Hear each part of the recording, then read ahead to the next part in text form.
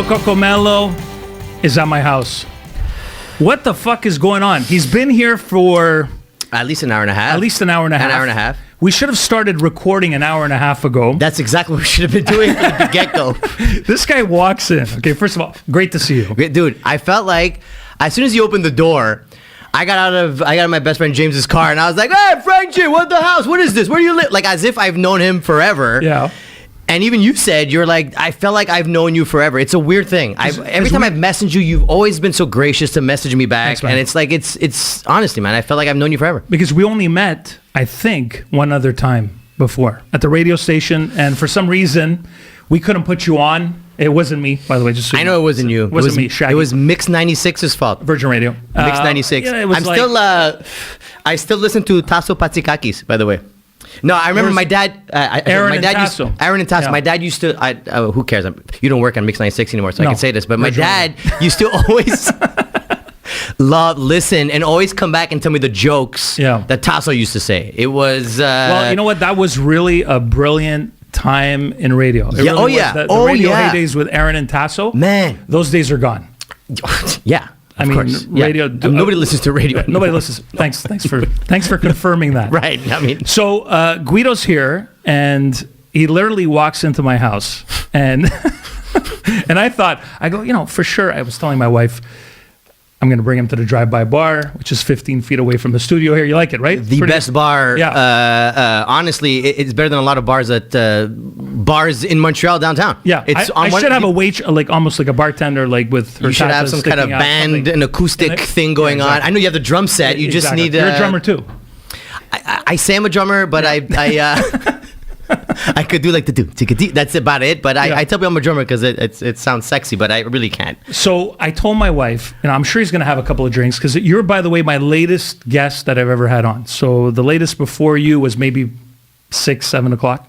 So Guido's literally here at the time of this recording. It's what is it? Just after 10:30 here. 10:30. Okay, so which is really cool. So it's going to be wild. He walks in. And he's here with his friend James, who's Armenian and very cool. And one of the reasons why I love James off the top is I tell Guido, it's like I don't have like a book of instructions. Right. I tell him, listen, park in my driveway. So first thing, they don't park on my driveway. So I'm like, what the fuck is he? It's the only thing I requested. Park on my driveway. He's like, no, he can't because his car leaks. He said it might leak. It's an old car, and he doesn't want to disrespect all these mansions over here around us. Mansions, yeah. So this is like Nouveau Style Laurent 2.0. This is beautiful. I'm not going to mention where he lives, but it's very nice around here. So he didn't want to ruin, the driveway with his shitty Volkswagen oil. So then they walk in, and one of the first things after Guido just mentioned the fact that it feels like we've known each other forever. One of the first things that Guido asked me, and it's funny because I had mentioned this to my wife, at some point somebody's going to want to come on, hear stuff, and they're going to ask me, can I smoke pot during the podcast? And of course, I'm not going to say no. And my wife, who dabbles occasionally, more when she was younger, said, you're going to stink up the whole home if you start lighting up. And I said, listen, I'm not going to tell, I'm a little whipped like every husband is, but I'm not completely pussy whipped that I'm going to tell the guy he can't smoke. So he goes, don't worry about it. It's a vape. Look at him go here.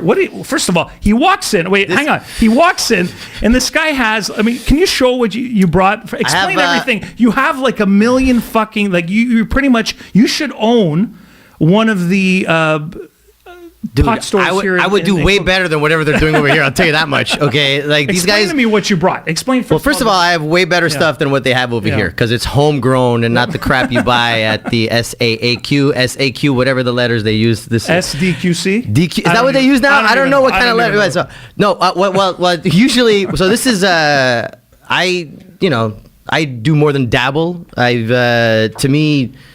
I started smoking I think it was 3 years ago. I was having sleeping problems, and a buddy, actually my best friend James, the guy sitting right across, told me about all the benefits about marijuana that he discovered. So then I was like, so I started doing just like the oils, the vape pens with the oils, and I would just conk out and I would have the best sleeps. And then after a while, I started researching that, the oils it's better to just do the dry herb. So then I started getting into the dry herb, and then instead of smoking it, I started researching that dry vaping it is the healthiest way. So what's the difference between, again, I have no idea what's going on. So a regular vape, a dry vape, and then a joint. Right. Okay. So the joint is that you roll it up. And by the way, did you have any idea the first part of this conversation was us talking about pot? No, it was that. No, I thought we were gonna start. I come here to start, to market my shows and all my stuff coming up, and I guess I'm marketing weed that I don't own any of it. But yeah, we're not making any money. We're making zero money off this because it's homegrown. Yeah. Which is weird because Italians usually find a way to make money with everything. Of course, and this is fucking two. And this is a might. This is owned by Germans. Like this is not even anything Italians have. I mean, So the difference between, let's say, a regular, because so you could vape, the oils, which is a lot of people do, but a lot of time the oils are like 80-90% THC, and also the way they make the oils, it could be with a lot of like gas or like a lot of like chemicals. So then what I started researching, and also like my best friend James started telling me about, like dry vapes. So you buy these vaporized. This is the Mighty. It's The Mighty. It's called the Mighty. It's a German company. Store. What is it called? Store. You don't have to whisper. James, We're not, yeah, James. We don't have a third mic yet. We haven't. He's like an abused wife. You shut your mouth. You whisper when you talk to me. You speak when I tell you. Speak up. It's like I don't abuse him. He's my best friend. Like that. People think I beat you up. You drive me around. You got a shitty Volkswagen. At some point.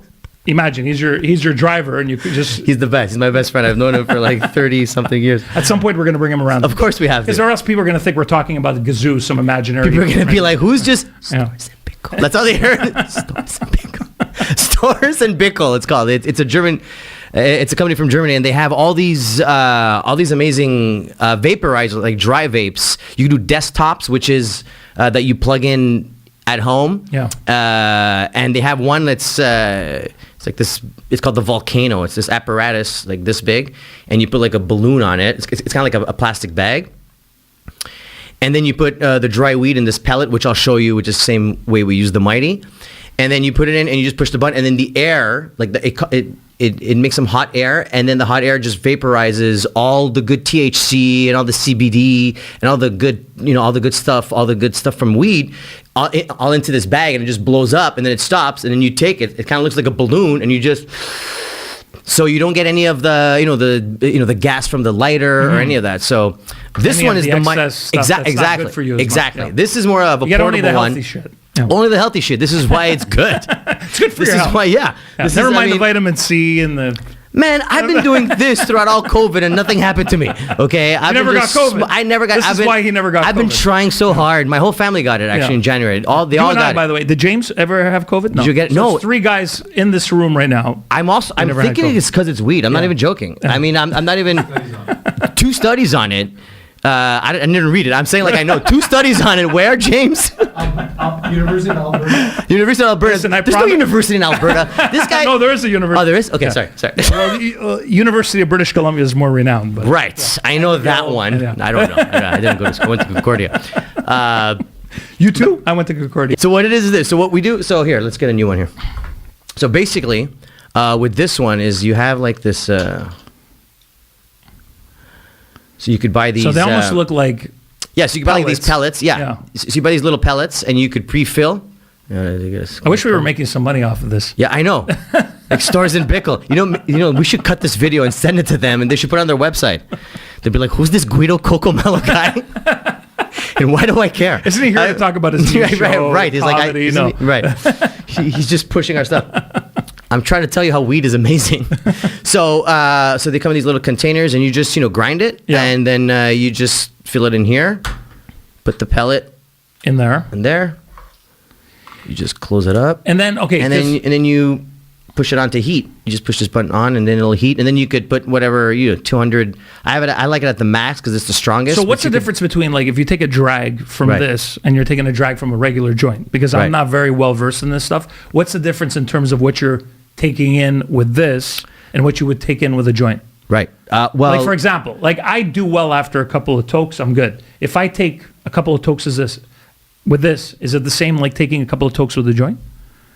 No, I think what would be stronger, James? That's stronger. This is stronger because stronger. we know because this you only get the THC and the CBD Right. and You're not all the getting good all stuff. of it. Right. The other one, it's more smoke, but this you actually taste like the weed. So let's say if Yeah. somebody says it's lemony, you'll actually be like, oh, I see. But it depends how much you heat it as well. Like I go to the max because I don't really care how it So you're tastes. heating it at I'm the max 210 because I don't really care how it tastes. I just want it to 210 degrees 10 Celsius. degrees Celsius. Yeah, Wow. I don't. Yeah, so I don't really care how it Yeah. tastes. I It's just 7 times my hot tub. Yeah. fucking Frank talking about his hot tub. He knows how good he's doing. You know, not only he's got my hot tub, he's got a bar. He's got this giant house that we can't park in his driveway because of shitty German Volkswagen oil. And now he's got a bar. He's got Tim Raines memorabilia. Like he's got Tim Raines signed. You got Tim Raines to Frank, like as if he's your We go back. he's your yeah. godfather. I wish. He confirmed me. This guy's got memorabilia of all these big athletes, and he touched me with his bathtub. Dude, you're doing good, bro. You're doing good. No, listen, you're doing better because you're living you got out of here. And it's not, look, it's not because I want to put down Quebec. This is where we're from. This is where I'm at. This is I where had a lot great of the memories audience- here. I love great it. memories. My But- best friends are here. Like I have great memories here. But at some point, you figured it out. When was that? What year was that you figured it out and you said, I need to get the hell out of here for my career, for my well-being? What's the reason it was why for me, you left Quebec? For me, it was mostly for my career. Okay. It's not like you were fed up with the politics or anything else. No, because I mean, I didn't really feel it. I mean, I think I left. It was 2016. Okay. And I didn't really. No, that was way before. Yeah, like it's amazing how quick everything just happened. Yeah. Like I mean, it's like because in 2016 it was for me it was all more career based. All the stuff that we're hearing about now with even with all the stuff they're doing to the English schools and like I didn't. I also wasn't following it maybe back then, so maybe I was ignorant to, but I wasn't aware of it. So whether it was happening or not, I wasn't aware of it. So, but to me, it was just about the career. I mean, I always wanted to live move in to California. since I was a kid. I keep on telling my friends, like I just remember when I think it's also like I was also influenced by the movies I saw. I mean, I'm a Nexennial. I was born in '78, so the movies between like '82 and '88 and '90. Raging Bull. Yeah, but not back then. I didn't watch Raging Bull. You watched it much later. I watched it later. but So I think my dad was like, "Listen, Walio, you gotta watch this." I'm in kindergarten. I watched the Goonies. Like, no, this is better. Back to the Future. Back to the Future. Yeah, dude, Back to the Future. I mean, Breakfast Club. All those other great the ones. karate. I mean, that's why Kid. Cobra Kai just freaks me out all the time because it's we know the backstory so well. Obviously so I just grew up always. California. Plus, in the '80s, it was Reagan, so it was like USA. And it was California. All the movie stars. Yeah. So to me, that's what I saw in that age. And I've always wanted to be an artist or to be an entertainer since I was a kid. And so it was more. I just knew that if I wanted to give it a shot, it's kind of like for me, I had the mentality of. Like an undrafted free. Like someone who's undrafted. Yeah. It's like, do you go to the combine and say no to college? I'm like, I'm going to go to the combine and I'm going to go for this. And I don't know what's going to happen, because nobody's asking for me. But I'm going to show up. No one's giving me the call up. No but one's I'm gonna calling be me there. up. Yeah. I'm going to show up and I'm going to break down every door that I could and hopefully, somebody will accept me or somebody will give me something or somebody will at least let me know that or give me the feeling like, what? This is something I could do. Yeah. Like, I don't need to be famous. It's not that. It's more like, am I getting a feeling from Hollywood that they accept me? Like, for example, one of my best friends, Daniel Braver from Brooklyn, who I went to acting school with. He told me once he was at a strip bar and then he met Mickey Rourke there. And then outside, Legendary actor. Of course, one of the best of all time. And then outside they were talking, and then he was telling him that he wanted to be an actor. And then Mickey Rourke said, "You know what? Hollywood will let you know in 5 years. Give it 5 years, and then they'll let you know whether you're in or not. And it's not a big thing. just they'll let you know, meaning do you get a few roles here and there? Do you get a lot of callbacks? Are you getting closer? So to me, that's what I always thought of, always those conversations. And I knew that that's where I had to go to try that. So I was lucky enough that, my wife... You met your wife here? Yeah, I met your wife. I met my wife in Montreal. Here, I worked at. I got a job at the Hilton Garden Inn on Sherbrooke, and she was the bartender. My other best friend. I got a lot of best friends. Nice. I know it seems like I'm all like pitching my best friends over here, but all right. I only see one in the room. One's a Russian Jew, one's Filipino, and one's Armenian, and I'm Italian. All right. But the fact that he's here says it all. Right. Drove you here because no, this guy's like number one. The rest of you, he's go very fuck yourself. cool. But anyways, James is number one. So I didn't even know what the fuck I was talking about. See, this thing is working. See, you met your wife at right there, and she was the bartender, and that's where I met her. Now it's safe to say that your wife is. I'm just asking. Maybe I'm completely. She's a Mangiacake. She's a Mangiacake. She's a big time caker. Oh, she is. Yeah. Nice. Mine's not. I didn't marry Italian either. Yeah. So we'll have a lot to talk about. We have a lot to talk about. Was that? So when you met her, right? Obviously, the first time you brought her home, I would imagine when you brought her back home and she met your parents. Culture shock for her, obviously, and a little bit a culture shock for them too. No, for them it wasn't, because my parents, I was cool because my parents were always cool. I mean, they never, they weren't old school. You had to marry. They didn't care. They're pretty young. Well, your dad recently passed away. Sorry to hear that. Yeah. Well, 10 years ago. It'll be 10 years. For me, it's 15. So we share that really? in common. Yeah, and he was my guy, right? So how old was your pops when you went? He was older. He was 82 because my dad had me later in life. Oh, really? Yeah. So was your dad younger? He just turned 61. Okay. And we were we were in Italy. Oh no, well he passed away. I mean, we were in Italy, so we did it so we were supposed to get married September 15th. Okay. And we went on a pre-honeymoon because I wanted my wife, to come to Italy, because we still had the house that was built by my great-great-grandfather, and just by generation to generation has been passed down. And then, we were lucky enough to now have it. So, we were just going to travel, and she learned Italian on Rosetta Stone. She learned the basics, and she was killing it, dude. Yeah. She killed it. Like my wife, right, French she did. and Italian. Right, dude. And it's amazing how you could just go in Italy and just impress them with just, even if you try, they're just like, ma italiano questo. I'm like, man, not really, man. Don't give her too much confidence. You know what I'm saying? You got to bring it down a notch. No, let's not go that far. It's not go that far, because I'm just going to be like, two. I'm like, no, two. No, it's boy, it's lay, whatever. So, what part of Italy were you guys in? I'm from Latina, so I'm right in between Rome and Naples. I'm 45 minutes north, an hour north of Naples. We're near Gaeta, Formia, in the mountains. Where are you from? My dad's from Bari. My mom's from Milano. Milano? North and south. So it's like...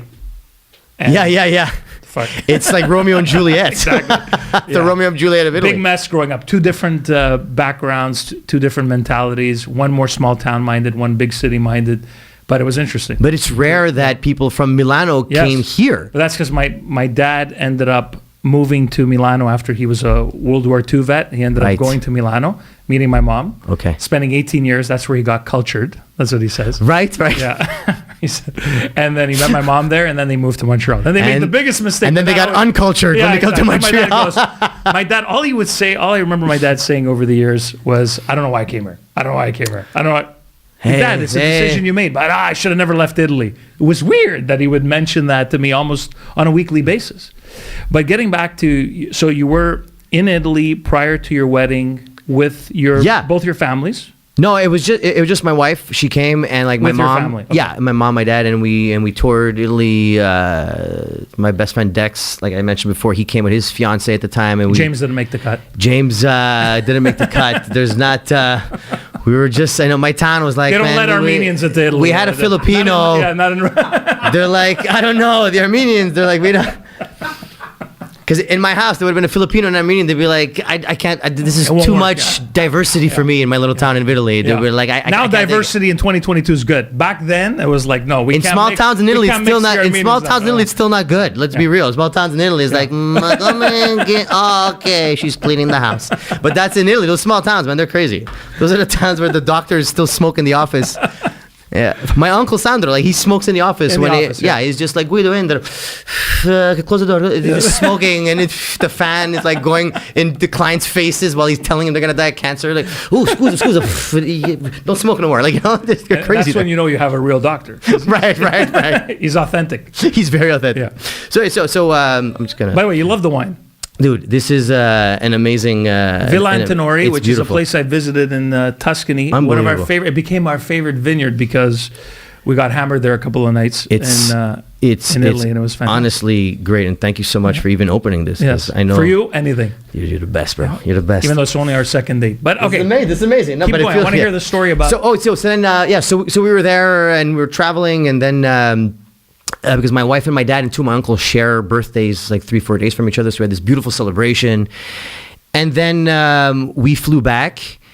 My dad and mom were supposed to fly back 2 days after us, just because their tickets just coincided that way. And I flew back, and we landed, and my dad, he was like, I said I'll see you at the airport in 2 days. All right, I landed, we went home, fell asleep, and then like 5:30 in the morning, I just heard like a scream. And you were staying at... I was back in my condo with my wife. I was back in Montreal. Yeah, back in your condo. Yeah, I was back in our condo here in Montreal, and I just heard a scream, and I didn't know if I was dreaming or.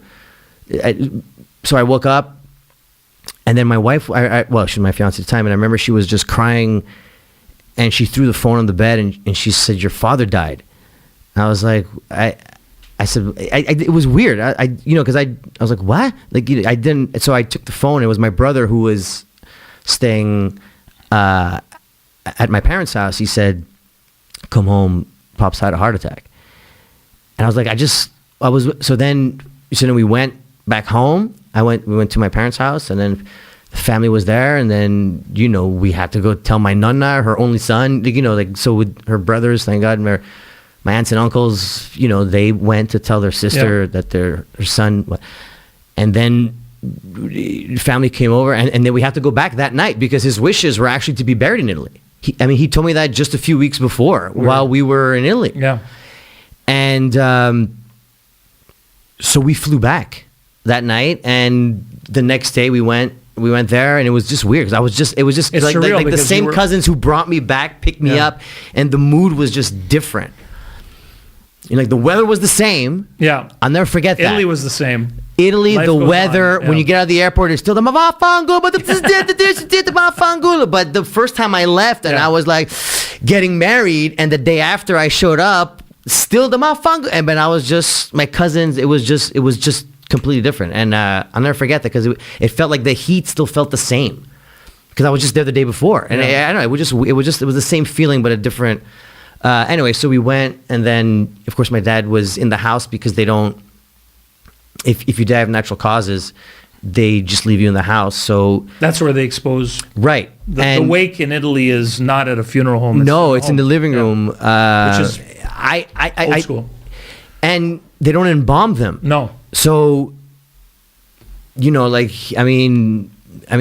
He looked, like a body from like the movie. It was weird. It was this. It's not a, it's not a good last image you want to have of your. No. You were close to your dad, obviously. Close. We were the same. So we were we were Butting fighting, heads. but still, the love. Of course, he's my yeah. Yeah. Of course, he was. His approval meant everything to me. You know what I'm saying? And he was the guy I would go to for advice. Yeah. And I knew he always had my back. Like he always had my back. My dad. It was never a doubt in my mind. So yeah, it was just. It was weird. So then 2 days later, we found out my wife was pregnant. Incredible. It was nuts. It was just. And then when did you got married? Well, we were going to postpone it. We did. We said we're just doing it next summer. But then, my wife was like, she was feeling sick. So my uncle came and just checked her out and give her a suppository because that's what they do in Italy. They just always always do. a suppository. It's always a suppository in Italy. Weird. I was there too. It's always in. Yeah, dude. And theirs are not. Ours look like Tic Tacs. Theirs look like plantains. They're huge. They're not even doing vaccines there. It's all in Ugul. It's almost like they like it. I think I don't know. It's they everything. Enjoy it. They It's enjoy like, it. They enjoy. You know what it is? I don't know what it is. No, I know what it is. It's their old school Roman roots. Exactly. No. Roman Greco. No, you got to put the Greeks in there, man. You can't do Roman without the Greco, especially if we're talking about. We went from death to. Oh my God. In the butt. Anyways, it's life. This back is to what my it's dad about. dying. Yeah. No. Yeah. So that's what we found. So that's it. So we found out she was pregnant, and then. Then after that, we decided, let's get married now because I don't want to get married, after we had the child. Because, you have a kid, I couldn't imagine it's a disaster, and it was a disaster for the first few years. So. You've had 2 kids? Yeah, I have 2 boys. Nice. I have 2 boys, Erasmo and Marcello. Nice. And your wife's, 8 and 6. Your wife's nationality she's pure Canadian? No, her mom is from Boston. She's Irish from Boston. Nice. Yes, and she came here to University of Ottawa for nursing. And then she met my father-in-law, and then she never left. Okay. Sorry, Kathy. No, I love it. My in-laws are the best. Always love them. No, and my father-in-law is. The last name is Boucher, so it obviously comes, but he doesn't speak a lick of French, but he's traveled a lot. I think, he did live here like in LaSalle when he was a teenager. Okay. And he lived in the East Coast, and then, so he lived everywhere. Yeah. But she was born and raised in Ottawa. Okay. And everything. So, so then we decided, since we were having a child, we were like, let's get married, let's do something. So we did a little ceremony. James was one of the best men. And, one of the best men. So I wasn't the only guy, by the way. I had co-best men because I couldn't figure out which guy I was going to choose. So I chose Reno and Anthony. And actually, because my friends are both, kind of like me, a little neurotic, they were both offended. They're like, wait a minute. Why am I a co-best man? No, seriously. So wait, but how many? You had 2? I had 2. How many did you have? 3. I had 4. Okay, 4. So now, wait a minute. So now this is amazing because I'm going to tell them both to watch this. They're going to watch it, and they're going to see, you guys felt shitty about having each other. These guys have to compete against 3 other guys. Yeah, but also my dad just died, so I don't know if they're going to be like, bro, what the fuck, bro? They're going to be like, they'd be pretty shitty friends if they'd be like, you guys are out. Because I just mentioned this after my dad died, I didn't know, I think I didn't know how to tell them, but then my dad died. I'm like, this is a good opportunity to tell them because there's not going to get, because, so that's why. No one's going to reject you. Right, no one's going to reject me at that point. Yeah. I mean, I could have said, I'm going to have 18 best men, and 4 of them are going to be chicks. They would have been like, I guess I have to say yes. What are they going to say?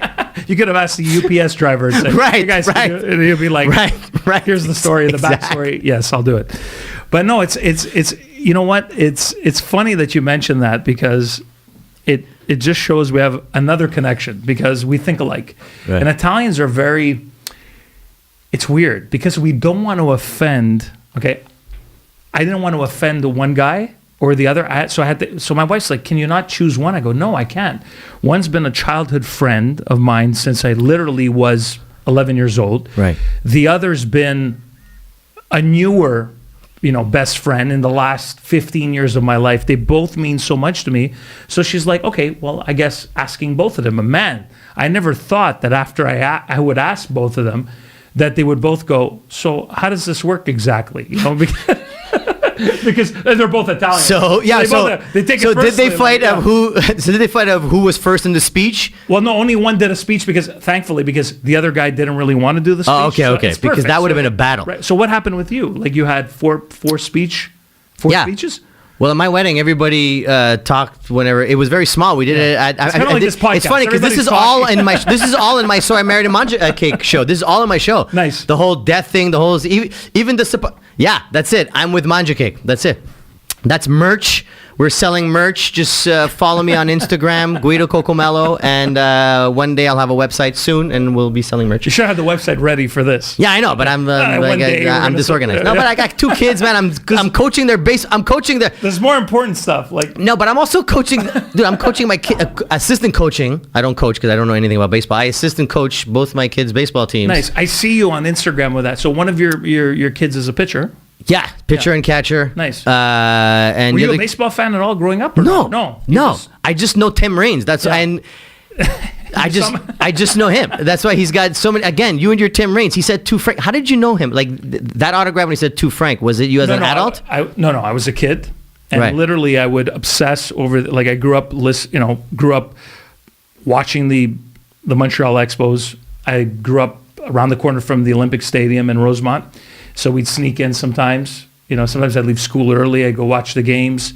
So you were a fan, like a really big massive fan. So I'd listen to Dave Van Horn. I'd listen to AM 60, Dave Van Horn and Duke Snider. I wanted to be like a baseball broadcaster when I was growing up. Wow, all right. That's where it comes from. I don't know if you remember Ted Teven, the legendary broadcaster, sports broadcaster here in Montreal. So that's where it comes from. So even back then, I met Tim Raines. I was a kid, and I was near the dugout. And I asked him, imagine, I was 13, 14 years old. Can you sign, never mind, don't just sign it. Can you say to Frank? Because I was thinking. That's what the ball is this. Wow. It's addressed to me. So it was literally from back in the day. And same thing with Gary Carter. Amazing. So Gary Carter to me, and he passed away young too, 57 of brain cancer. Oh, yeah. And to me, when you see all your childhood idols passing away. It's funny because we were talking about your father, someone as important as your dad, my dad passing away. These are people that I know this is going down a fucking morbid road now, but more pot. It's exactly. This is what life is, especially Italians. I tell people. This is like I feel like we're going to an Italian. It's like it's like an opera. It's like soon we're gonna be like Frankie. We're like, oh my god, who's gonna? But you realize, what is he telling you? Nothing. I think I got to charge this. You have to charge it? No, I think I'm good for now. Offer it. Oh, offer it. Yeah, that's very un-COVID-like thing to do, by the way. Yeah. Should I do it? Yeah, it's okay. I wear a mask in April 2020. Should I clean it? This is going to piss off a whole bunch of real, non-Orange County people. So what It's so funny because I feel like I'm in a different world. They're going to come to Montreal with all these. Inhale it. Yeah, but not through your nose. Yeah. Just start slow like that. That's it. And then am I gonna be able? James is gonna have to finish this podcast. It's fine. It'll be me and James. We'll go down memory lane. We're like, man, did you fuck that girl in the party? No. So what I was getting at is when you start seeing your childhood mentors going, like I was a big fan of Norm Macdonald, big fan of Louis Anderson. You're a stand-up comedy comic, and we're gonna get into that. Big fan of Gilbert Gottfried, who just passed away the other day. I mean, this year alone, Louis, Gilbert, and Norm. And who are we missing? We're missing somebody else too. Bob Saget. Oh my God! Right. So you start realizing, your own mortality, right? And we're not here for a long time. Well, honestly. Also because they weren't old. They weren't old. Exactly. None of them were old. So, no, and I mean, except for Gilbert, apparently he very good, by the way. See, it's not as bad. Just you take after 5 minutes, we'll do this. By the way, if you got COVID on the plane because he literally got off the plane a couple of hours ago, I'm going to get COVID now. So I licked all the seats from row 16 to 18. I don't know if you noticed. I don't give a fuck. I know. That's why. As I said, this is going to piss off all those. I don't understand because liberal lights. So, but I don't understand because where I'm from, like we haven't talked about COVID in like years around, like in Orange County. Exactly. It's weird. It's like I come from a different world. Like it's really weird when I come in here to Montreal and people are like, I'm like, what? It's like crazy. Yeah, it's a different. Yeah, world. yeah. Okay. I mean, you really see the opposite. Anyway, so we were just talking about seconds ago. You talking about your own mortality? You start talking about your own mortality because all our heroes are gone. When all your heroes start going, it makes you realize that you're not here. We're not here for a long time, so you really have to enjoy life. You really have to, indulge in the things that make you feel good and live your life and see your friends and see your family and do the things that mean the most to you. So when I see somebody like yourself, and I look at your Instagram, I see the new show that you have and everything that you're doing, and you left Quebec and you went to California and you followed your dream. You're living your life. And to me, that's amazing to see. And as a fellow Italian Montrealer, not everybody, I know there's going to be a lot of people watching this, not everybody is, it's not an easy thing to do. No. Pack everything up and just leave your birthplace. You know, it's funny because my mom, when I was here a couple of months ago, I was having dinner with her because when I'm here, I always stay with my mom. And she was like, Guido, I want to ask you something. She goes, would you have went to California if your father didn't die? And I said, no, I would have stayed here. Like, I'd like to think I would have been brave to follow my dreams, but I wasn't. It was like, after he died, it was because he'd always say, you know, I mean, just before he died, he's like, I'm going to do this. I'm going to change this house. I'm going to, you know, I'm going to fix this house because I want to stay here. I want to work from here. And he had all these plans. All these dreams still? I mean, he just turned 61. That's so young. I mean, it's really young, you know, these days. And, you know, and then when my wife was pregnant, and then it was a boy, so we named him after my dad, Erasmo. Erasmo? Yeah. Erasmo, but everybody calls him Raz. And my dad's name, you ready for this? What? You're a freak. Orazio. Orazio. Orazio, that's a cool name though. Pretty close. Orazio is a cool name, but what do they call him for short? Ora. Yeah, that's not good. No. They call him Ora? Ora. It sounds like a pop star. Ora. He's like, no, I'm not Ora. Or the Grim Reaper's coming. The Grim Reaper. Ora. It's time. I mean, no disrespect to your father. No, of course not. Of course not. He had a very good sense of humor. Okay, good. Imagine like he would have hated you. I'm like, sorry. And so do I. So, you know, so it was also, you know, my dad passing. It was kind of like so young, and when I had my son, I was just, I couldn't stop thinking about how young he was, my dad, and especially when he was telling me like I want to do this and I want to do that, and I felt like I at least had to try. Yeah, you know, it's kind of like it's like, you know, again, I'm gonna have to mention Stallone. Like I kept on telling you, it's kind of like, you know, in the movie Rocky Balboa, it's like we like to quote that movie. It ain't how hard you get hit. Yeah. Right? No, sorry. It ain't how hard you hit. It's how hard you can get hit and keep moving forward. Yeah. I mean, you know, that's what it is. And it's like, I mean, I just felt like I'm going to do it. And if it didn't work, fine. But at least I'm going to go and I'm going to try it. Instead of always worried if I didn't make it, if I didn't succeed, and you know, what are people going to think, and you know, if I don't, you know, I was always worried about what others would think if I, you know, would do this or that. I mean, it's just a normal insecurity, I guess. Yeah. I mean, most artists have at the beginning. I mean, to be honest, but then after my dad died, it was kind of like that insecurity of what people would think about me was kind of like whatever shedding off, because I was like, man, you know, I could die tomorrow. Like we don't. Yeah. So why am I busy worrying about? I'm wasting all my energy worrying about what others would think, and just doing what I want to do, and whatever happens, because I'm not a bad guy. Like, you know what I'm saying? Yeah. So, and then I'm just lucky enough that I married my Mangiacake wife, who was like, was like, yeah, let's do this, because she's a nutcase too. I mean, but not nutcase. I mean, she's awesome. I mean, she's adventurous. Not that adventurous. It's no. Doing crazy things in your neighborhood. No double penetration. No, that's horrible. No DP. No DP. No DP. No, she's. It's sad that we both know that. I know exactly. That's a 1983, 84 reference. You know, I was searching 6. on Pornhub. Right, exactly. No, but that's why, like, and you know, because even, I mean, her. When she grew up, I mean, she lived a year in Australia, a year in Thailand, so she travels. Yeah. So she's very adventurous. Yeah, you know, so she was game for it from the start. Of course, you know, and her parents are like, I have the best in-laws of all time. Like, they're just like, well, I mean, they were just so encouraging, and you know, they come visit all the time. My mom was so encouraging too. You know, just go for your dreams. I mean, my mom's always.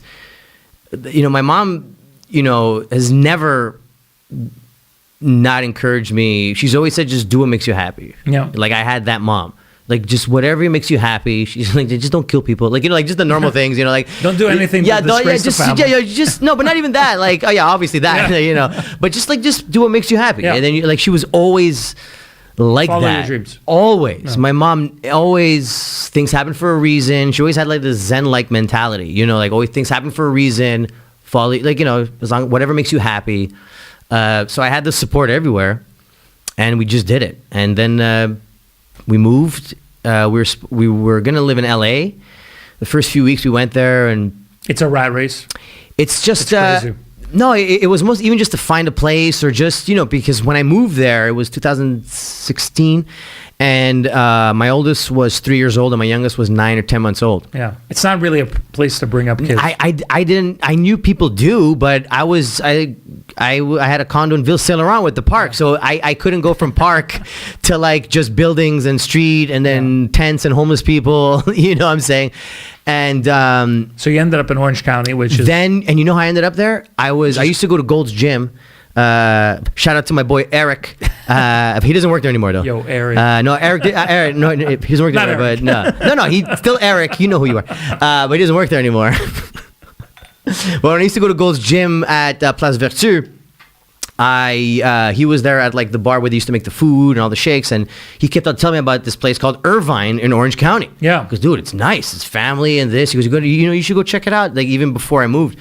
So when we were there, I told my wife, I'm like, you know, I said, do you want to go see this place called Irvine in Orange County? She goes, all right. So we drove, and as soon as we exited, she saw these palm trees and everything was just so perfect. And just Orange County is very perfect. Not all of it. Not all of it, but a lot of it is beautiful. Yes. So they have a quote saying "behind the orange curtain." Yeah. You know, because you know a lot of ladies with pills. Let me tell you that. Anyways, a lot of ladies with pills. Man, their kids are crazy. Anyway, so so once we got there, and you could tell she just loved it, and she felt safe because I was in the first few years I was hardly going to be home because I'm the only one that had the papers to work, so I had to get a restaurant job. So I was working 6 shifts, 6 nights a week, and doubles on weekends. And she was home with the kids because they didn't go to school. There's no daycare there like they have over here. One thing, it's great over here, the daycare. You know, that's one thing. The States should adopt a lot of things from here, and this country should adopt a lot of things from there. Like, we could learn from each other. So you can't really do that. So she stayed home with the kids, and I, during the day I was out hustling and I would drive all the way to Hollywood and do classes and, just an hour and a half drive and do my thing and come back and then work at night and go during the day. And, you do these seminars, you just try to meet people. And were you doing stand-up as well? No, at the beginning I couldn't because I needed to choose. You're trying to focus on acting. Well, no, I just needed to first make money to pay rent. Okay. So focus on working at the restaurant. Focus on which shift, which would make me the most money at the least amount of time. Yeah. Which is what a lot of people do when they move to, California. Yeah, but the best was, like, I went to Newport Beach. I just went to this Italian restaurant, and I gave my resume. And I only worked at a restaurant like 1 or 2 years before when I met my wife, right? But I was like the room service guy. So when I went there, I told my cousins who own restaurants, I was like, I'm going to put your name. So I had all these restaurant names, like here in Montreal, like, because I knew that we were going to call Montreal. And then I went to the Italian restaurant, and I was like, are you guys looking for servers? They're like, no. I'm like, all right, can I drop off my resume anyways? And she took it, and she's like, is your name really Guido Cocomello? And I was like, yeah. She goes, hold on. And then because the GM came. Yeah. And then we started talking about Italy and this, and I said, yeah, I'm a waiter. I did all this, I did this. Sold. They hired me. The next week, he's like, listen, we don't know where to put you, but we like you, so just come. Yeah. And then my first shift, I went there. This guy Federico, who I know, hey Federico, he had diarrhea all of a sudden during the shift. I'm not joking. Yeah, he goes, Guido, mucho diarrhea. He's like, I was like, my first shift. So that's it. You came in as but that guy then had diarrhea like 8 more times. So I think that's because I got to know him. He's a fun guy. Yeah. But anyway, so he had to leave. Then I took over. Funny guy. So I took over all his tables, and that's how I became a server there. Okay. And what the fuck were we talking about? Yeah. So my name. It's funny. No. It's funny. No, I know. It's funny you're smoking pot. It seems more like you've been doing acid in the last. No, it's awesome. But this is how you do. No. No, so what happened was, yes, that's it. So I used to work all the time. Yeah. And then finally, when the kids started going to school, it was easier. Everything was just easier, when the kids started going to school. And then, when I finally got an agent. And obviously at the beginning, you don't get like the best, you just get any agent that says yes. But it's... So you're doing a lot of, in the beginning, secondary type roles? Or That's all I've been doing. Okay. I haven't, that's all. I have, yeah. It's all secondary roles. Yeah, co-stars. Yeah. I haven't, I've all, but to me, that's big because I never dreamed I would even be on set with someone like a Nicole Kidman, just me and her, and Aaron Sorkin, or it's amazing. Christian Bale's right there, and Matt Damon's right there, and Ray Liotta. No, that didn't. That didn't happen. Don't get me started on that one. That didn't happen. Came close though. But yeah. But at the beginning, you get the agent, and then you get your first audition. I was lucky that I got my first audition, and my first audition was in Warner Brothers Studio. Oh, so it was like crazy to me.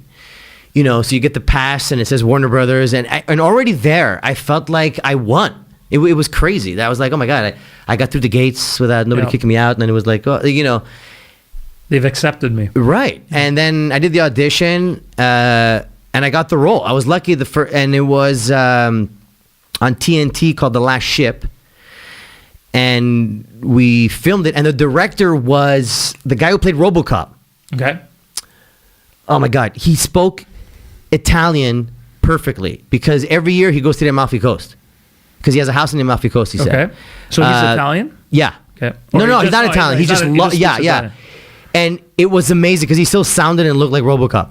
I'm looking it up. By the way. Usually, I would have a producer in the other studio doing this stuff, and then no, it's okay, man. Hey, man. He'd be interjecting. Times are tough with this gigantic house and your jacuzzi.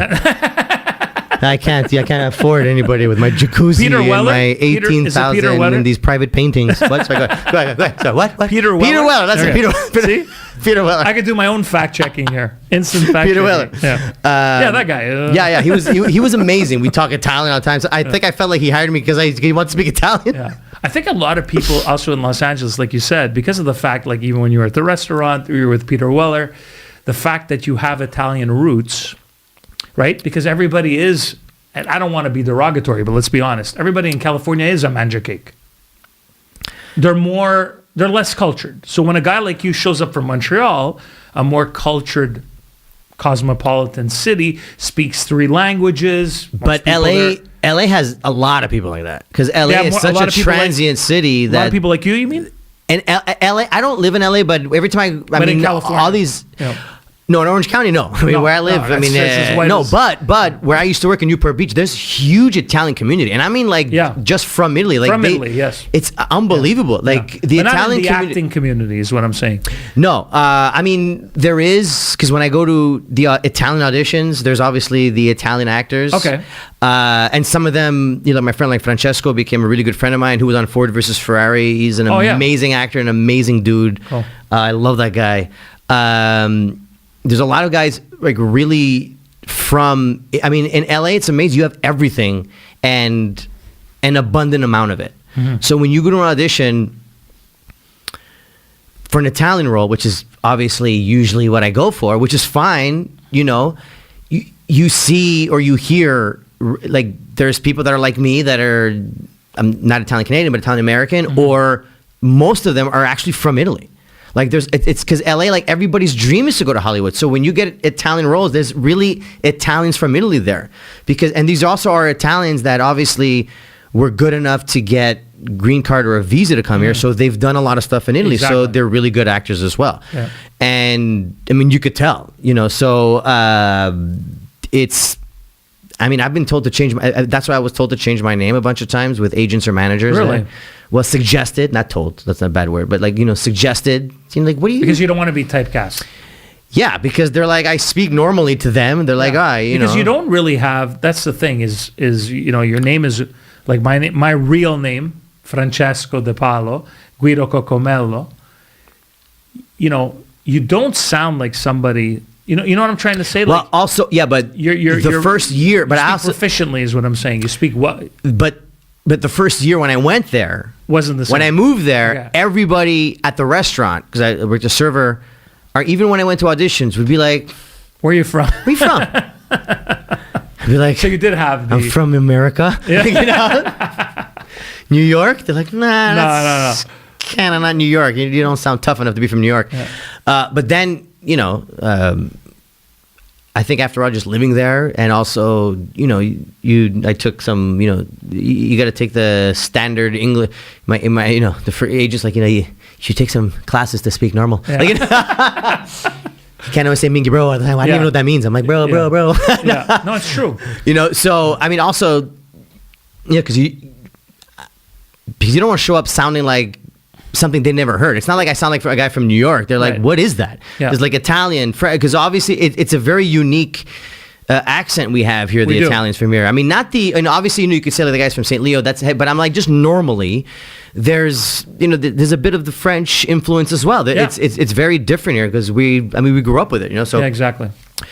So, yeah, that's it. I mean, that's why they've always wanted to change my name, because they said after a while, you know, you could go for these roles. But to me, I just thought of, you know, it's just less. Why would I want to compete with way more people? But also, I was 40. Like, how am I going to change my name now? Like, what am I going to do? Like, my kids are like, who are you? Because you took the leap a little later in life. It was some people moved there in their early 20s, late teens, whatever. You were there at 40 years old. Well, I moved to New York when I was 23. I studied so you did acting with my buddy Guido Grasso.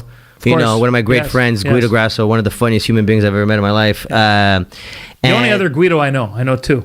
And that's the only one I know too. That's too. And he's my friend. And even how we met was the best, because we both got kicked out of a class. I was in his class. I was in your class, James. I was in his class, and the other Guido was in his other friend's class, and we weren't supposed to be there. We both got kicked out. And they were like, look at this.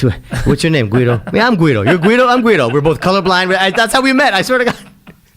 So you were both in New York at the time. And we've been friends ever since we were 20. Yeah, so we lived in New York. So we went to both acting school there. So I moved before. But, you know, when I was 23, I did the acting school. But it wasn't really, you know, I was just partying. Like, I didn't, you know. You weren't taking it seriously in this. Yeah, my intentions to be an actor were more to live next to Hugh Hefner at the Playhouse and be like a superstar like Tom Cruise and Stallone, and you know, not, you know, it wasn't necessarily about the art. Right. Yeah. So then it became that. Right. I mean, it became that, especially when I moved to California, because it's almost like I remember driving there because we drove from Montreal all the way to California with my 9-month-old and my 3-year-old. It's beautiful. I mean, when you do that drive, you see the different patches of America, and you know, it's almost like, you know, like Italy. Like, you know how every zone in Italy is known for a certain thing. Like, it's amazing. You know, you go through these, you know, New York, and then you Ohio and Pittsburgh, and then you go to, you know, Nebraska, and you go. Colorado is one of the most beautiful. Isn't it beautiful? Oh, it's like amazing. 3 different places. When you go by the Rockies, it's gorgeous. Yeah, and then you're going to the other side. And then Utah. Yeah. Utah is phenomenal. Amazing. Yeah. And then New Mexico, it's beautiful. Arizona, yeah. There's so many places that I'd love to visit. But we passed. The States really is spectacular. Yeah, state to state, it's gorgeous. I mean, it really is. Yeah. And what I love about the States too is that every state has their own rules, their own things, and it's almost like you're living in like the European Union. It's like, I don't like here, I'm going to move over there. Yeah. It's almost like you're living in a mini European Union. Yeah. It's kind of crazy. And a lot of people moved out of. You know, I didn't think we were going to talk about COVID during this podcast, but you know, we were with James, your friend, at my bar before we started this podcast. COVID came up, right? And I have to bring it up because the fact that you were in Orange County during COVID, right? You're an ex-Montrealer, right? You know how hypersensitive people are here. The majority of the people about COVID. A lot of people are over it now, but they're just sensitive about everything. That's why I left, because people here, to me, were always sensitive about everything. Like, I don't mind it. But so it hasn't been easy living here, by the way, during COVID. That's why. It's been very tough. How was it in California for you? It was amazing for me. But after you brought up some of the stuff, of course, it was amazing for me because I live in Orange County, which is a very conservative. No, if you Google it, I think it's like 35% Democrat, 35%. It's equal. But it used to lean very Republican. Right. I mean, like, my congresswoman is Katie Porter. She's a Democrat. She's amazing. Okay. Like, she's phenomenal. Like, she's like, but she's not the ones you'd find in LA. Like, you know what I'm saying? Right. Very liberal in Los Angeles. Right. Yep. And a lot of people moving out of California. Oh my God, yeah. Oh yeah, of course, COVID, of course. yeah. But I mean, I get it. I mean, I was in Orange County. So the first few months, everything was normal, like, because everybody didn't know, so everything was shut down, which is fine. Nobody knew anything. It's normal, right? But then after when everything reopened, and then everything closed again. So when Governor Newsom he said everything's going to close again. I was working at the restaurant, and there was a tweet from the Orange County Sheriff's Department that said, "Yeah, no, we're not going to listen to that. Everything's business as usual in Orange County, and we remained open." And people from LA were coming. Everybody was coming up. Yeah. Oh, dude, man, yeah, right. But it's. Well, I don't have I mean, nothing ever. I mean, nothing ever. To me, even to my wife, like when I tell her. Because she hasn't been here in so long, because I travel for shows and everything. I tell her, "Do you mind in Montreal? You can't." She goes, "What?" Like she doesn't get it. She goes, "What do you mean? Like I can't even have to wear a mask in my mom's building, in a building." I'm like, a building, like inside a building, like now. Like I don't understand. Like it's crazy to me, because also, like I was lucky enough to be in a place where it's sunny all the time, where. You could be outside all the time. Yeah. So that helps amazing. That helps. Honestly, you have no idea how much just the sunlight, the vitamin D. 100%. But didn't California at some point shut down restaurants, even outdoor patios for a while? I think. Not in Orange County. No, not in Orange County. But also San Diego didn't listen. I mean, San Diego didn't listen. San Diego, who's leads Orange County. LA County though was very. Yeah, I mean it's crazy what was going on there. Considering it was California. It's disgusting. Like, dude, every time I go there for an audition or I go there for an acting class, like I got to park my car and I got to walk through tents of homeless people just to get to my acting class. Yeah, and it's just getting more and more. It's really bad. It's horrible. Like I don't even know why you would. I mean, you can't raise a family there at all. Yeah. I mean, you really can't. It's like, people think Hollywood, but it's this. I tell people, if people ask me Hollywood, I'm like, it's disgusting. Like it's not even. You just see the sign, but then when you sunset, there's nothing nice about it. Like it's like unless you live in like Malibu and the Pacific Palisades and all those nice places, Laguna Beach. And Beverly Hills, but those are Bel Air. But those are like isolated places. Yeah. But then when you leave to go shopping or to do whatever, I mean, I don't know if they have their own shopping things. I'm not invited in those places, but you know what I'm saying? Like I don't know if they have their own private. But it's just the rest of it is sad. is disgusting. It's not even sad. It's so disgusting, But I'm just lucky enough for where we live. It's kind of I don't know. I mean, nobody talks about anything there. Like in 2 years.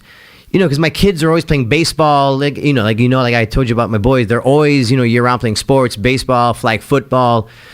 They're always doing activities. And in 2 years, ever since COVID hit, not one parent, I did not have one conversation in 2 years. Somebody asked me, are you going to get vaccinated? Yeah. Did you get vaccinated? And are your kids going to get vaccinated? Not one conversation that I had. I mean, I guess the closest friends, yes, but it's not. It's really about like family where I'm from. I mean Irvine, where I'm at. It's really about the kids, and it's about raising the best kids. It really is. I feel like I told you guys, I feel like I'm living in the 80s. I really do, because nobody asks about religion and nobody asks about vaccination status. Because it was a totally different ballgame here. I know, but when when I hear everybody talking here.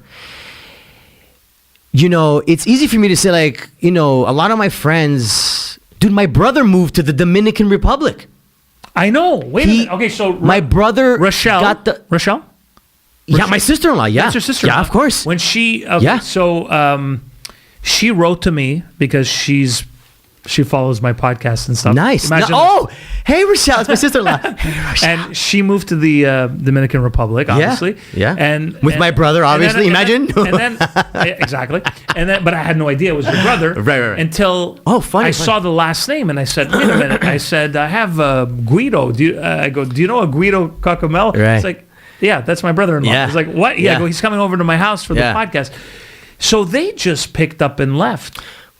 Well, yeah. I mean, But really, almost it seemed like instantly, right? It was like they made the decision. We're leaving. Yeah. we need to because of COVID and what was going on here. yeah, because of also, I mean, my brother, he had a great. He's amazing. He's got a construction company. He had a construction company. He's booked. He's the most. He still has it, or he sold it here, No, he got rid of everything, and now he's. and then they left. Right. But now they're just enjoying life.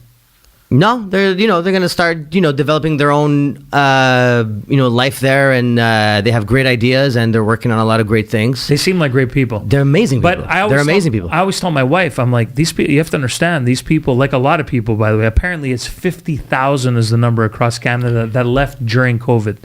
Really? Yeah, it's real. I could be wrong. There's going to be people fact checking that, but Yeah. but a lot of people. There was a mass exodus during COVID to all these types of countries. A lot of people went to America, whatever the case, to get out because people didn't want to live within the rules of the restrictions. Well, for my brother, it was hard because my brother, he had a company. He was booked because he's amazing. He was booked months in advance. Yeah. And if you're giving money to everybody and you need workers, what are you going to do? Nobody wants to work. Yeah. Like, what, were you going to ruin your name because of a decision that a government makes? It's my business, man. You should let me make. This is why I love that I moved to the States, because it's very much it's my decision. Like I do want the States do need to do the healthcare thing like Canada, and the education thing, and the childcare thing. I want that. So it's kind of like they need to do that. But here, what they need to do here, my brother had a great business. He's amazing at what he did. It was his dream. I mean, he studied at this. He's so good at this, and He picked up and they left. Yeah, man, that's what happens when people are fed up and they make a decision. And what I love about them is that instead of yapping about it, they just boom Did it? They did it, man. Like it's wild. This is my family. It's what we do, man. Cocomellos, we're just gangster like that. We just pick up and leave. Whatever. I'm like, I'm doing this. I'm leaving. My sister is teaching in Abu surprise. Dhabi. Yeah. When I heard that it was your brother, man, I was like, oh yeah, okay, well that makes sense. Because my dad, my dad blood. was, my dad, They did we come from strong parents, so it's like my brother and his wife obviously made a decision that's best for their family, and I think they made every time I talk to them, he's smiling all the time. It's like but obviously they're gonna have their struggles like everybody else has their struggles when you're in a new place. But I think they made the right choice. I mean, I'm happy for them, and that's what happens. And then obviously it's great when you can move somewhere where there's no winter. Yeah. I mean, that's the best part. Yeah, that's the best part. But for me, it's crazy hearing from my brother's perspective or my best friend James' perspective, or, I felt a lot of people that I love, like my brother, my best friends. I felt a lot of anger, like when they were talking to me, and they're not angry people. Like, I'm an angry guy. But they're not angry people. And when I hear my brother, James, like when they talk to me about this thing and they have this undertone of, it's not them. It's like, man, it's like, when it's just, they needed to leave. Yeah. Yeah. But it's also, I think, everything that's been put in place from what I hear and see, like, you're on lockdown for like 10 months. Yeah. Well, we spent 6 months in Arizona last year. My wife and I, we went. Did? We went for a 2-week holiday, and it ended up. So imagine, we left December 26th, day after Christmas, Boxing Day, and we were supposed to come back middle of January. We came back June 26th because literally. What was the status here? Oh, because it was on lockdown until May. Lockdown, exactly. Lockdown until May. Yeah, we're not going. James needs. Yeah, we got to fill this up. Yeah, James is going to fill the vape. We're gonna start filling this up. Fill it up. Yeah. All right. Okay. So when wine's still working for you? Still have it's wine? Amazing. Okay, Yeah. Cool. I'm gonna pour some scotch now. So when they change the rules, you guys said like, "Fuck it, I'm gonna stay here." Yeah. Good for you, dude. And so we ended up staying at Steph's, my wife's aunt and uncle's place in Scottsdale. Oh, beautiful place. Is she American, your wife? No, she's Western Canadian, and then we met in Toronto. Half her life she was brought up in Calgary and Toronto, and so we met in Toronto. But her aunt and uncle now they're retired, so they spend 6 months in Calgary and they spend 6 months in Arizona. They've been doing this for a lot of people from Calgary or Edmonton Arizona. or Palm Springs. Palm Springs. Did you ever go to Palm Springs? I went years ago when remember I told you I moved to Los Angeles for 6 months. Right, Long Beach. I went there and I stopped and it was beautiful and we went we just spent Christmas there, my family. Anyway, go ahead. It's amazing. So you're in Arizona? No, just to say, we spent 6 months in Arizona, and when we walked in there, there were 10,000 cases a day of COVID, and people say, Frank, Arizona really changed you. You became a different person, but I take offense to that because, and I'm not offended by too many things because I didn't change because I went to Arizona. I was always the person. I've always been Frank. I've always been that person. But it made me realize the way they mandated, the way they had their rules. They lifted the mask mandate about a month after we got there. We're in Arizona? In Arizona. Mm-hmm. So we weren't wearing masks for almost 5 months. People were not worried. And you know what? A lot of the people, whether they were Republican or Democrat, were getting vaxxed. It wasn't right. It wasn't a political. Right. Dude, I'm triple vaxxed. Also for my business, I got to do it, so I just did it. But it's like after I do, just don't bust my balls after I do, man. Exactly. And even if you don't want to do as well, just you got to respect people's choice because. And that's what I'm about. Yeah, dude, you have to. Like, man, this thing is new. Yeah. Like, nobody knows how things work out. I mean, didn't they first say the vaccine was going to not make you get it? And now it's like, it won't kill you. I'm like, but that's a big leap, So it's like, you can't just tell people, I just don't think you can't. You just can't tell one group of people just because they think different than you that they're assholes. Yeah. And that's what they were doing.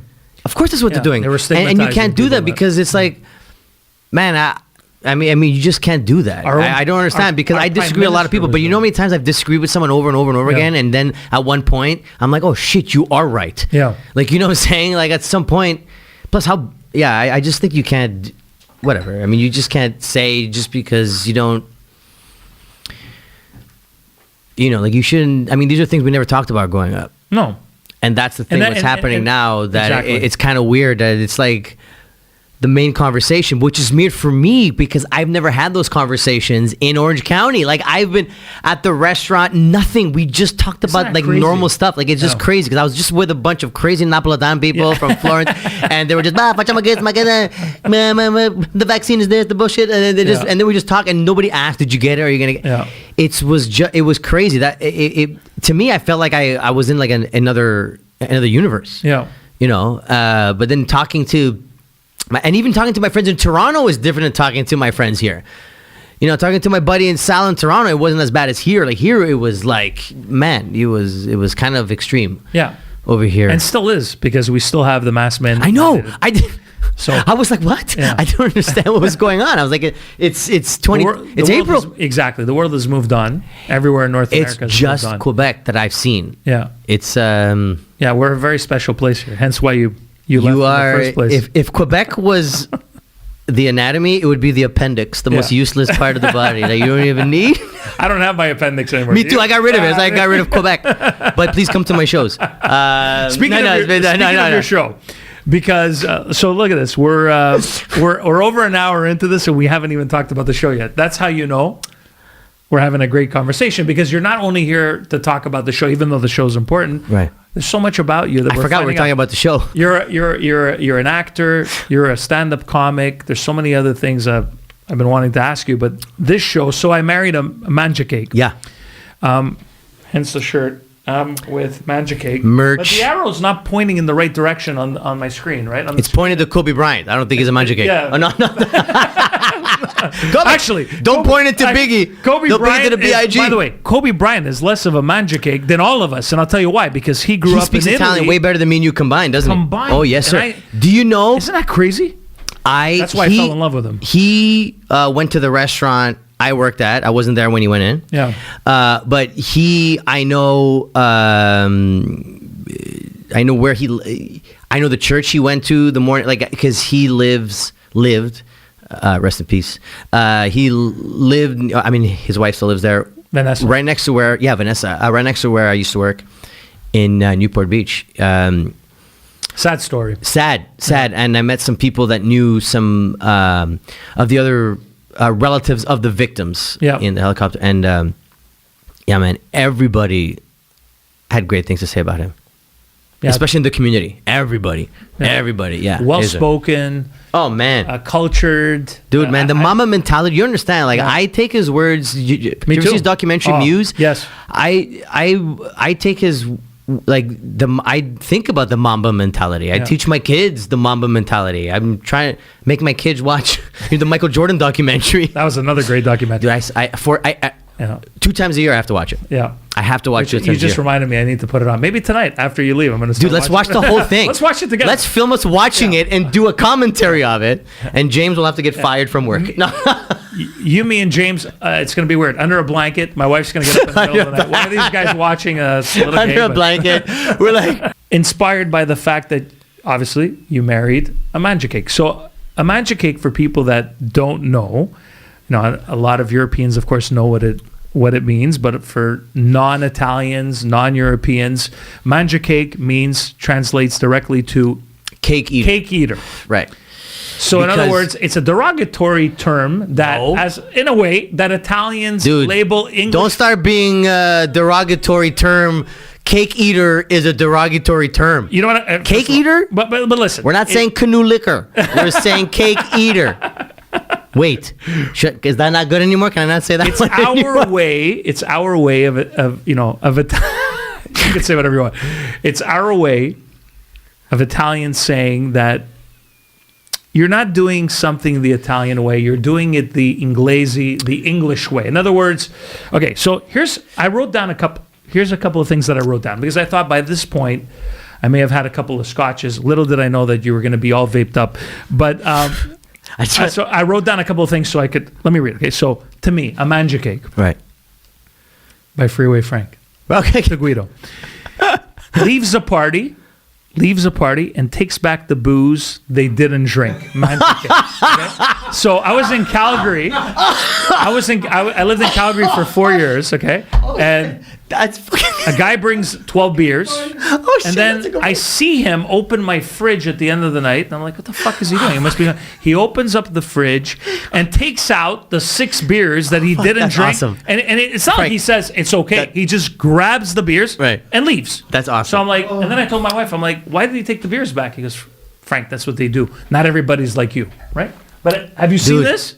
You've seen this in California, no? No. I have great friends. Okay, they never do that. Like no.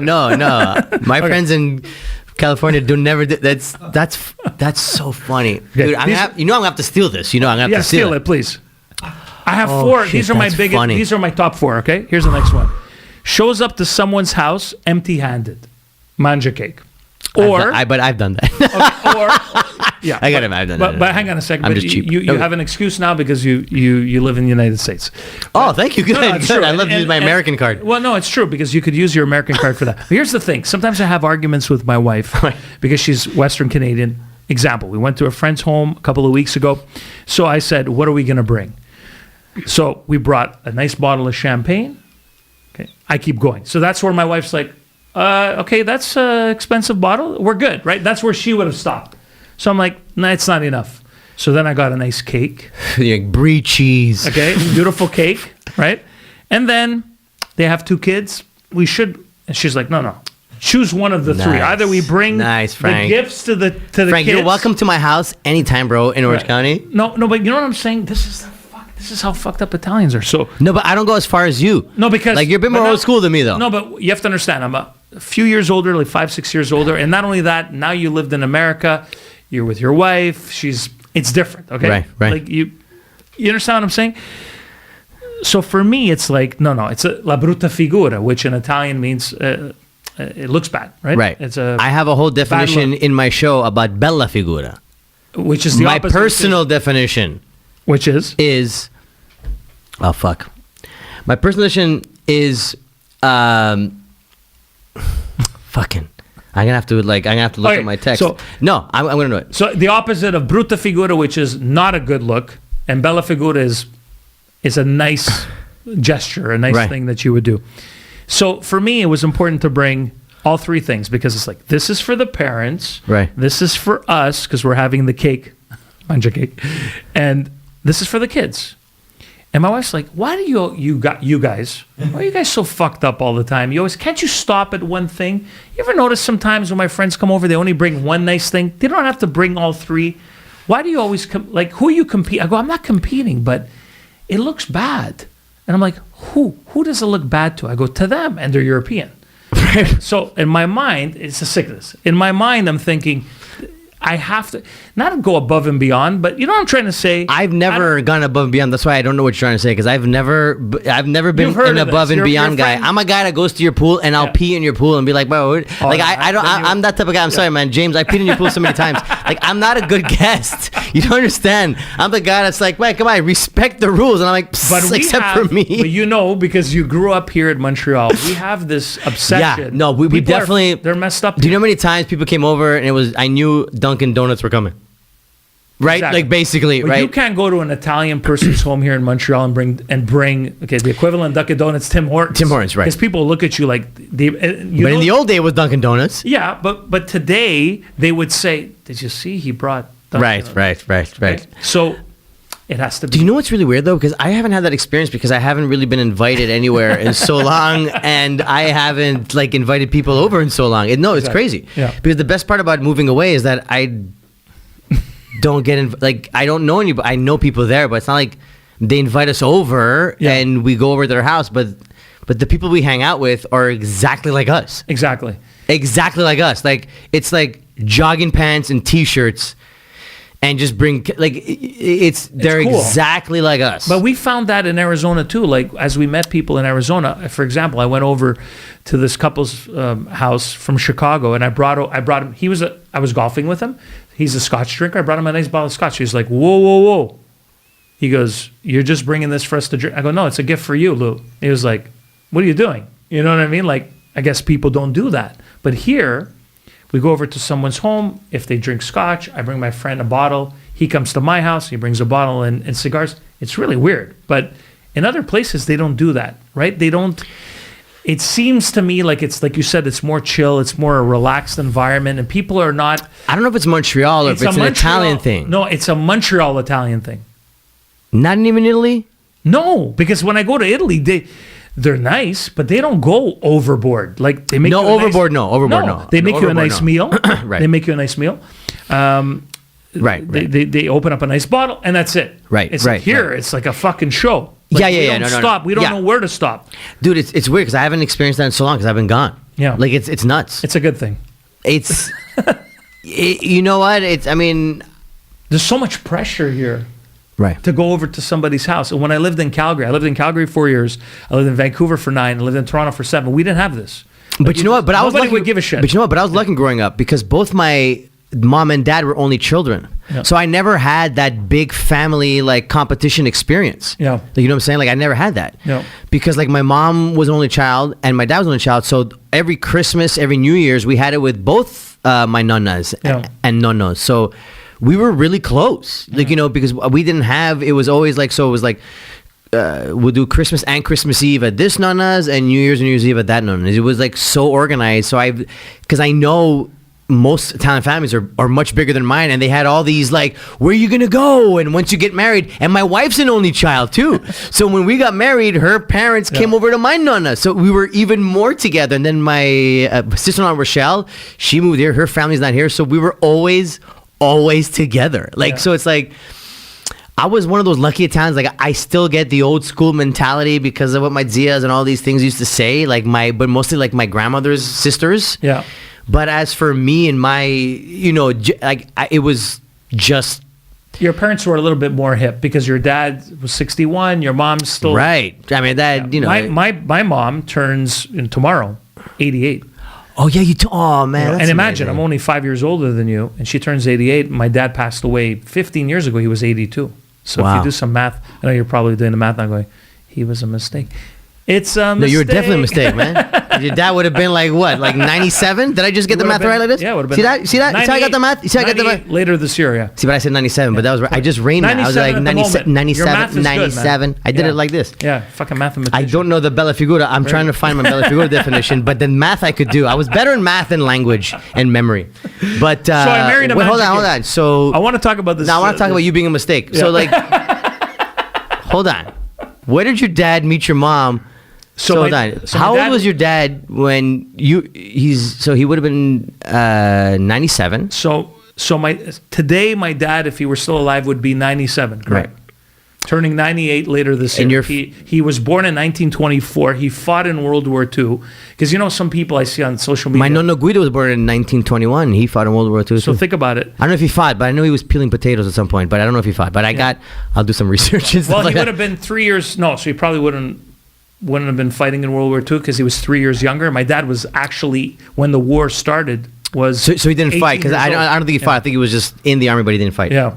But you know how sometimes people on social media will tell me, my grandfather fought in World War II, and I say, oh, my dad fought in World War II, and they think I'm making it up. And I'm like, no, my dad fought. They're like, he's a you World mean War. Vietnam in America? He was shot through the shoulder by a Nazi. Yeah, and that's how he left. But where did he fight?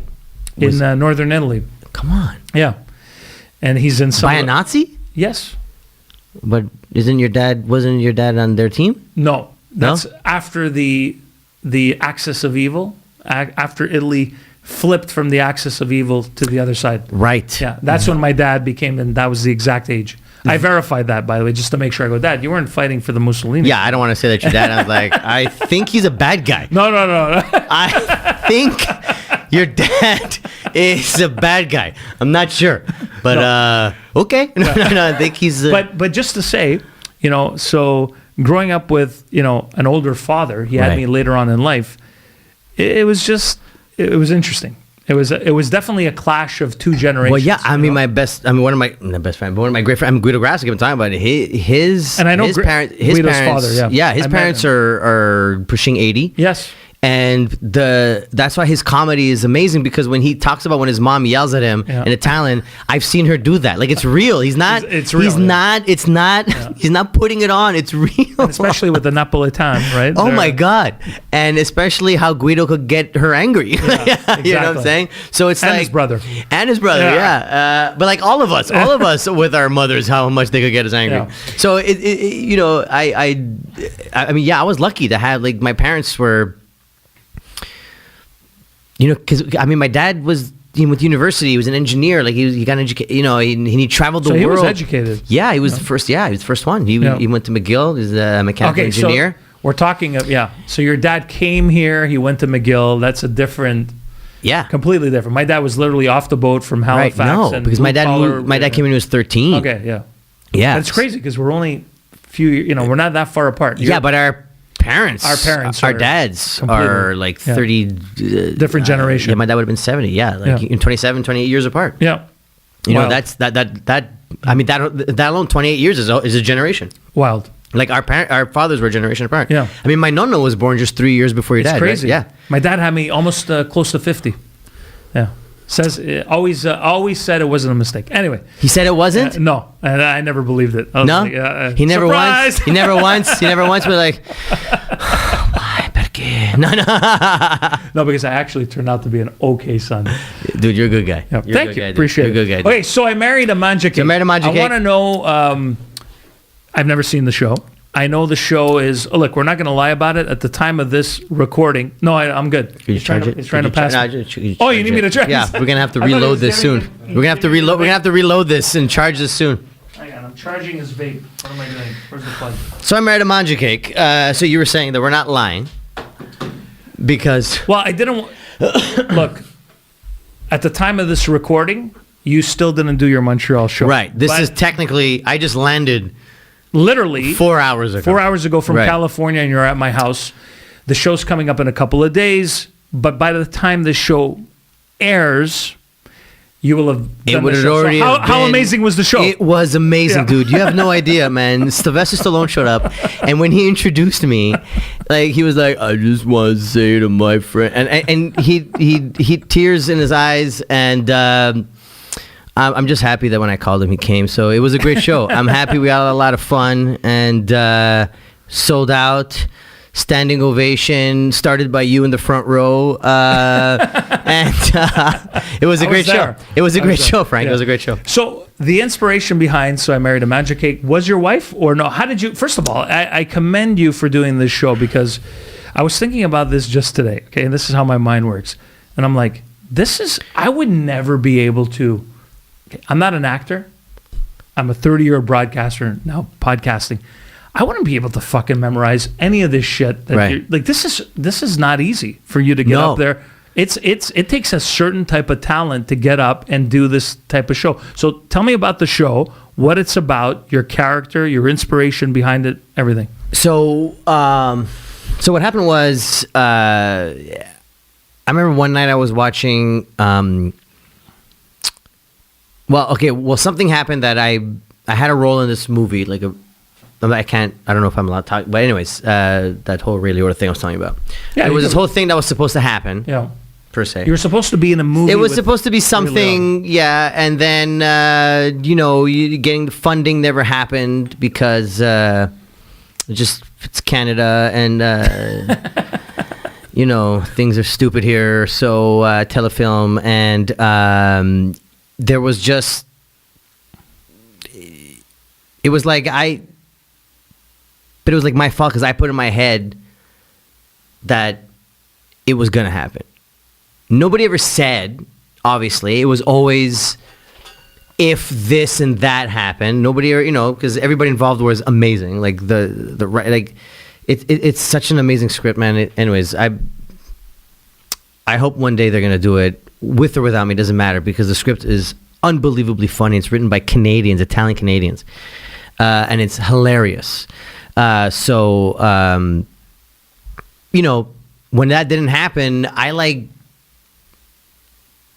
wrote everything on that, and it's not like it was promised to me or it was promised getting the funding or whatever. It was me that decided, no, it's all going to happen for me. Mm-hmm. It was on me. This is coming to fruition. It was on me. It was on me. It was on me. I can't blame anybody but my own brain. And then when it didn't, it was like someone just knocked me out. And I remember we were out. It was like my wife's birthday. We were in San Diego. We're having a birthday party. And I remember getting this news, and I was just so devastated. And my kids saw me upset. And I said, they're like, what, seeing their daddy upset. I was like, no. And then I said, I want you to learn from this. Daddy got bad news that I thought I was going to A, B, C, D. It didn't happen. But again, it's not how hard you hit. It's how hard you can get hit and keep moving forward. So I said, watch, I'm going to do something that's going to take me out of this. Mm-hmm. Or watch, when you get bad news, it's because there's something good on the other end. Basically is what I'm trying to teach them. Mm-hmm. It's like, you see how this bad news is? Daddy wanted this so much. Remember how, because I was telling him about this, and we're going to do this, and when I do this, we're going to, you start planning and fantasizing. Because as an actor or as any artist, when you even get a taste of something that could happen. A little tease. It's the worst thing.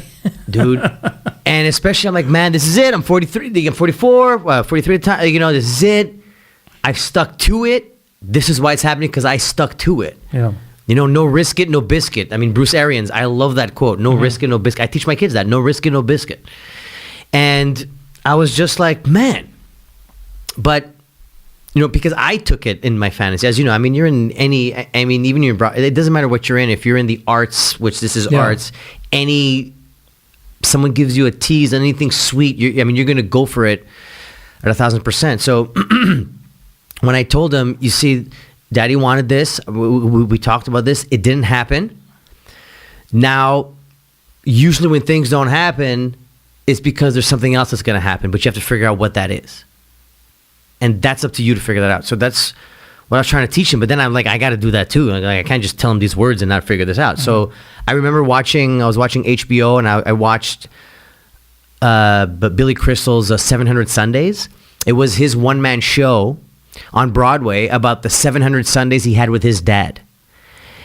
And when I saw that, I was like, oh man, I could do that. Because I had, by writing a lot with stand-up, or whether I write scripts with my buddy Sal or anything, there's always material that I don't know what to do with. And I had a lot of this Italian stuff and this, diversity with, the family, with, my wife's family, all these stories or all these firsts or all these things I remember on dates that I always noted. And that I had this material that I couldn't really do at a stand-up club because I didn't really know how it would be translatable. Yeah. And so after watching that show, I started researching one-man shows, and then I started watching, John Leguizamo. Dude, that guy... He's amazing. And I was like, that energy with some ability, and then I started watching a lot of them, and then I just Googled top books of one-man shows, and I read all 3 of them, and I just wrote it. I booked the show before I wrote it. I booked the Leonardo da Vinci Center before I finished it. I told my buddy Sal Cioffi, who's my co-producer in my production company, called Amor Fati Production. So we read all the scripts, and he helps me produce all these shows with me. And Tony Calabretta, who is unbelievable, is my director, and there's no one else I trust more to kick my ass than Tony. And we have Milva. We have this beautiful Milva Franzini, who's the stage manager as well. I have a whole team. I have that's my core 4, and without them, I don't know what I'd do without the show. So, I called Sal. I said, I'm gonna do this show. He's like, what? I'm booking it. When? I don't know. I'm booking it. So I booked October 30th. I think it was October 30th, right? Yeah, October 30th of 2021. That was the first one. Yeah. So I booked it, and then I had to write it. So then I was like, here we go, buddy. No. Then I had to write it. I don't know what the fuck it's going to be about. But No, I knew. You know what's funny? I always had the title because my buddy Sal, and on my notes on my phone, I always had the title, So I Married a Mangiacake. Because I remember seeing, I was watching a movie, and then it said up next, So I Married an Axe Murderer. The Mike Myers, and I was like, oh man, so I married a Mangiacake. It'd be hilarious. I was with my wife, so I married a Axe Murderer, so I married a Mangiacake, And I put that title on. I remember telling my friend Sal, and he died just on the title. And we've been writing for 5 years. And every now and then he's like, dude, but are you doing So I Married a Mangiacake? What about So I Married a Mangiacake? He kept on egging me on. And then I had all this material that I had, but I didn't have because I didn't want it to be like a stand-up show. It wasn't a comedy show. It was more like a Broadway type. It's a one-man play. It's really leaning heavy comedy until I talk about my dad's death. Yeah. But it's still, it leans heavy comedy. But still, I didn't want to be just bashing, because you can't just go there and just start bashing Canadian. What kind of show is that? If you're just a one-sided show, this is not CNN or Fox. I'm saying? This is not those crazy people. So I had to write something that kind of made sense, and the whole story, and what I learned from her and what she learned from me. So once I wrote it, I sent it to my buddy Sal, and he said, "This is hilarious." And there's only one person I wanted to direct it. There's only one person, and it was Tony Calabretta. If he said no, I wasn't gonna do it. If he would have said I can't, I wouldn't be here right now. There's no way. So you've done this show already in Montreal once. Yeah. Second time by the time this airs. We did it. So we did it once in Montreal, October 30th. We did Toronto, March 5th. We did 2. We did a matinee. And at 8 p.m. Went over well. Oh, yeah. It went over well. We got a great review from the Corriere Italiano. Il Corriere Canadese. And we were sponsored by Villa Charities. And we did it at the Royal Theatre in Little Italy. Oh, nice. Which was amazing. Yeah. They were, Simon and all those guys, they were amazing. In Toronto? Yeah. They retransformed. After COVID, they had to, make some money, right? So they made the entrance of the theater now kind of like an Italian market. Yeah. It's unbelievable. No, I'm telling you, dude, all these Italian things from Italy. It's amazing, man. The Royal Theater. Cool. We did it there, 2 shows, and then so we did Montreal. Well, I'm doing Montreal. We did whatever you decide time zone you're going to be in when you see this. We did Montreal. Yeah. And next will be Hamilton, April 30th. We have Hamilton at 8 p.m. and at 4 p.m. Nice. Where in Hamilton? At the Zoetic Theater. Cool. And then we're doing June 3rd at 8 p.m. and June 4th, 3 p.m. and 8 p.m. in Ottawa at the Arts Court Theater. Nice. And then we're gonna announce at the Culch Theater in Vancouver for June 25th. We're gonna announce that soon. And now and soon we'll announce as well. We're just trying to get the dates down for Sault Ste. Marie, Sudbury, return to Toronto. Nice. Kelowna. And I'm talking to people in Pittsburgh, New York, LA, and Boston. Amazing. Yeah, so it just happened, man. I mean, we put this up last minute, and it was just a show I wanted to write because I also knew, like, you know, everybody was, you know, I just wanted to make people laugh. Like, that was I even showed, like, I just wanted to make people laugh. Like, there was nothing, it was a clean show. It was my first clean show I ever wrote in my life. I just wanted everybody to come and have fun because I knew it was for the entire family? Yeah, anybody could watch it. And I just wanted, you know, I know people were angry that the last 2 years because I did it October 2021. It was still, you know, that was at the peak. People were just, are we done or are we not, right? Yeah. And I just, it just went over better than I thought. And then, you know, Tony and Sal and Milva and we just talked and we were just, you know, should we do it more? And, you know, like I always wanted this to go far. Like my dream was, you know, like, what's her name who wrote A Big Fat Greek Wedding? Yes. Or Tyler Perry, who did his Medea in Atlanta. That's homeless in his car. He does Medea in Atlanta. And look what happened. Like, you know, I mean, not that, like, I don't aspire. This could be a movie script too. Oh, well, we have, yeah, we have it as a script format. We have it as a TV series format. Nice. You know, so, you know, we just want to take it everywhere. And I'm writing the sequel to it. It's called Raising Manjas. We're going to do the sequel. Are you making this up or is it true? No, it's real. It's real. It sounds that far out. I love it though. Raising manjas. Sam, we got to write this. No. Tony, Tony, hurry up. No, it's no, it's true but I've always intended to do a part 2. Yeah, because where it leaves off, the show starts where, you know, I explain like why the show leaves off of me leaving to pursue my dream. Yeah. So the part 2 is going to be what happened in the last 6 years. Mm-hmm. You know, of me being there. So we don't know when we're gonna do it, but it'll probably be in a year or 2. I love the fact that you make the announcement and then I just haven't written it yet. But coming soon. Yeah. Well, I'm not gonna lie. Why am I gonna lie? Why would I lie? What? I could just. It's gonna happen. Like every time I say shit, I do it. It's fine. It's gonna happen. People, don't worry about it. Oh, unbelievable! Do you need your paper? I shouldn't be the bad influence, but how long? It's only showing 3 bars. Yeah, that's enough, man. Yeah? That's all you need. All right.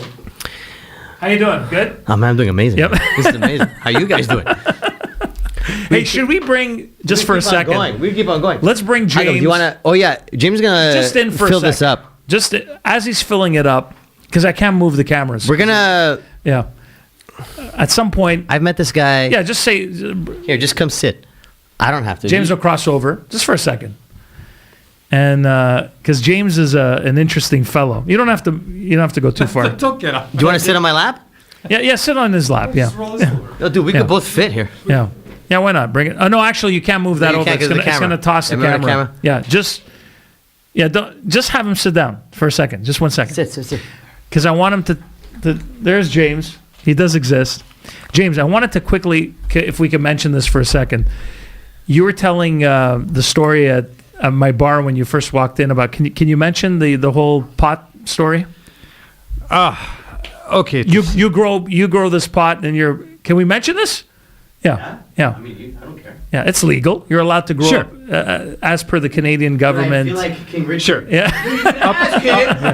She's a damn child. He's a damn child. 14 years old. You're allowed to grow up to 4 plants, but this is your pot that Sure. he's smoking tonight. Yeah. And how I started off is that I actually got a medical license to grow. So I actually was growing close to I was allowed up to 24, kind of went to 17. It was around the same time that I was working with a company and I was building their business plan because they wanted to become a startup licensed producer. So I kind of had to understand the product as well. So I kind of grew it out to figure it out. And I was growing other things, tomatoes, cucumbers, just like every Italian garden. Our meeting garden is the same. And some pot. So I got, throw in some pot there. Yeah, no, the tomatoes and the cucumbers are more like, urban camouflage, just so they don't think I'm just a pothead. That's not the vision I want to get. I want to know the pot guy in the neighborhood, so I was kind of even though it smells, right? Everybody knows that the pot's being they can grown smell in down the neighborhood. Yeah. Oh, yeah. I got neighbors coming over. They're saying, oh, is that ready? Kind of get this skunky smell in the air, yeah.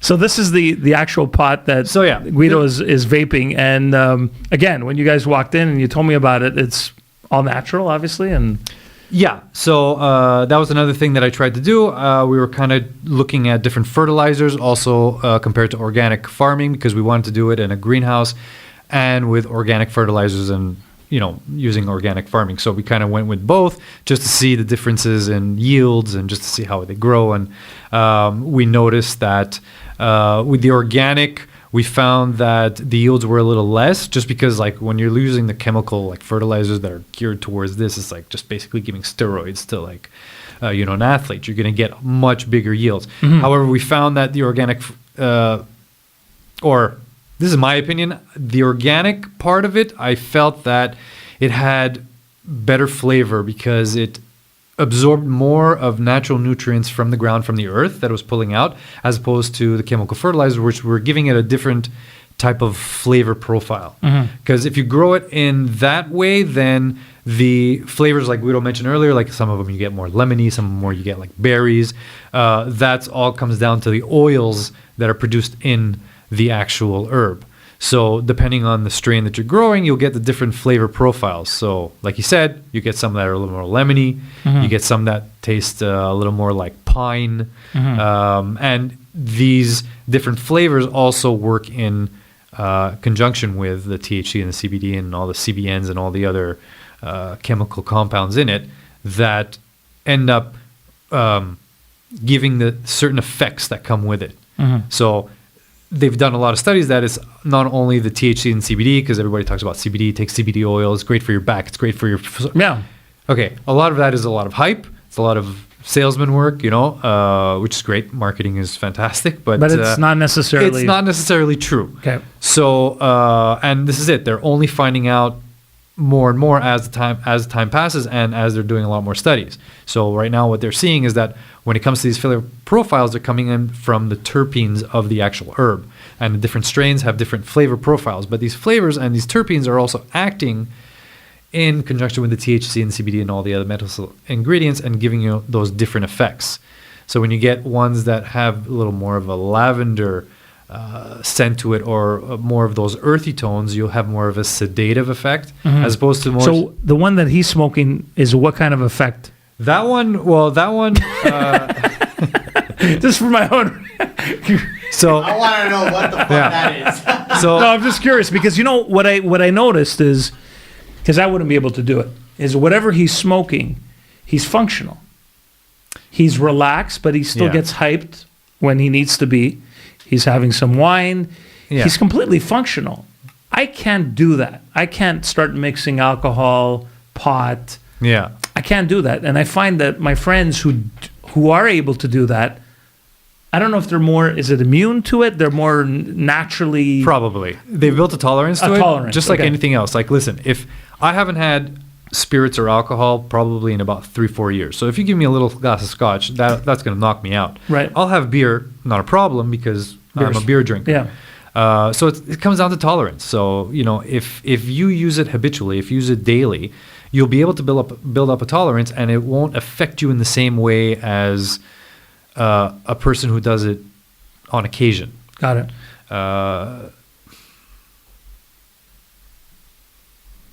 Yeah, that's really, I think that's what pretty much plays into this. It's really tolerance and how much you use.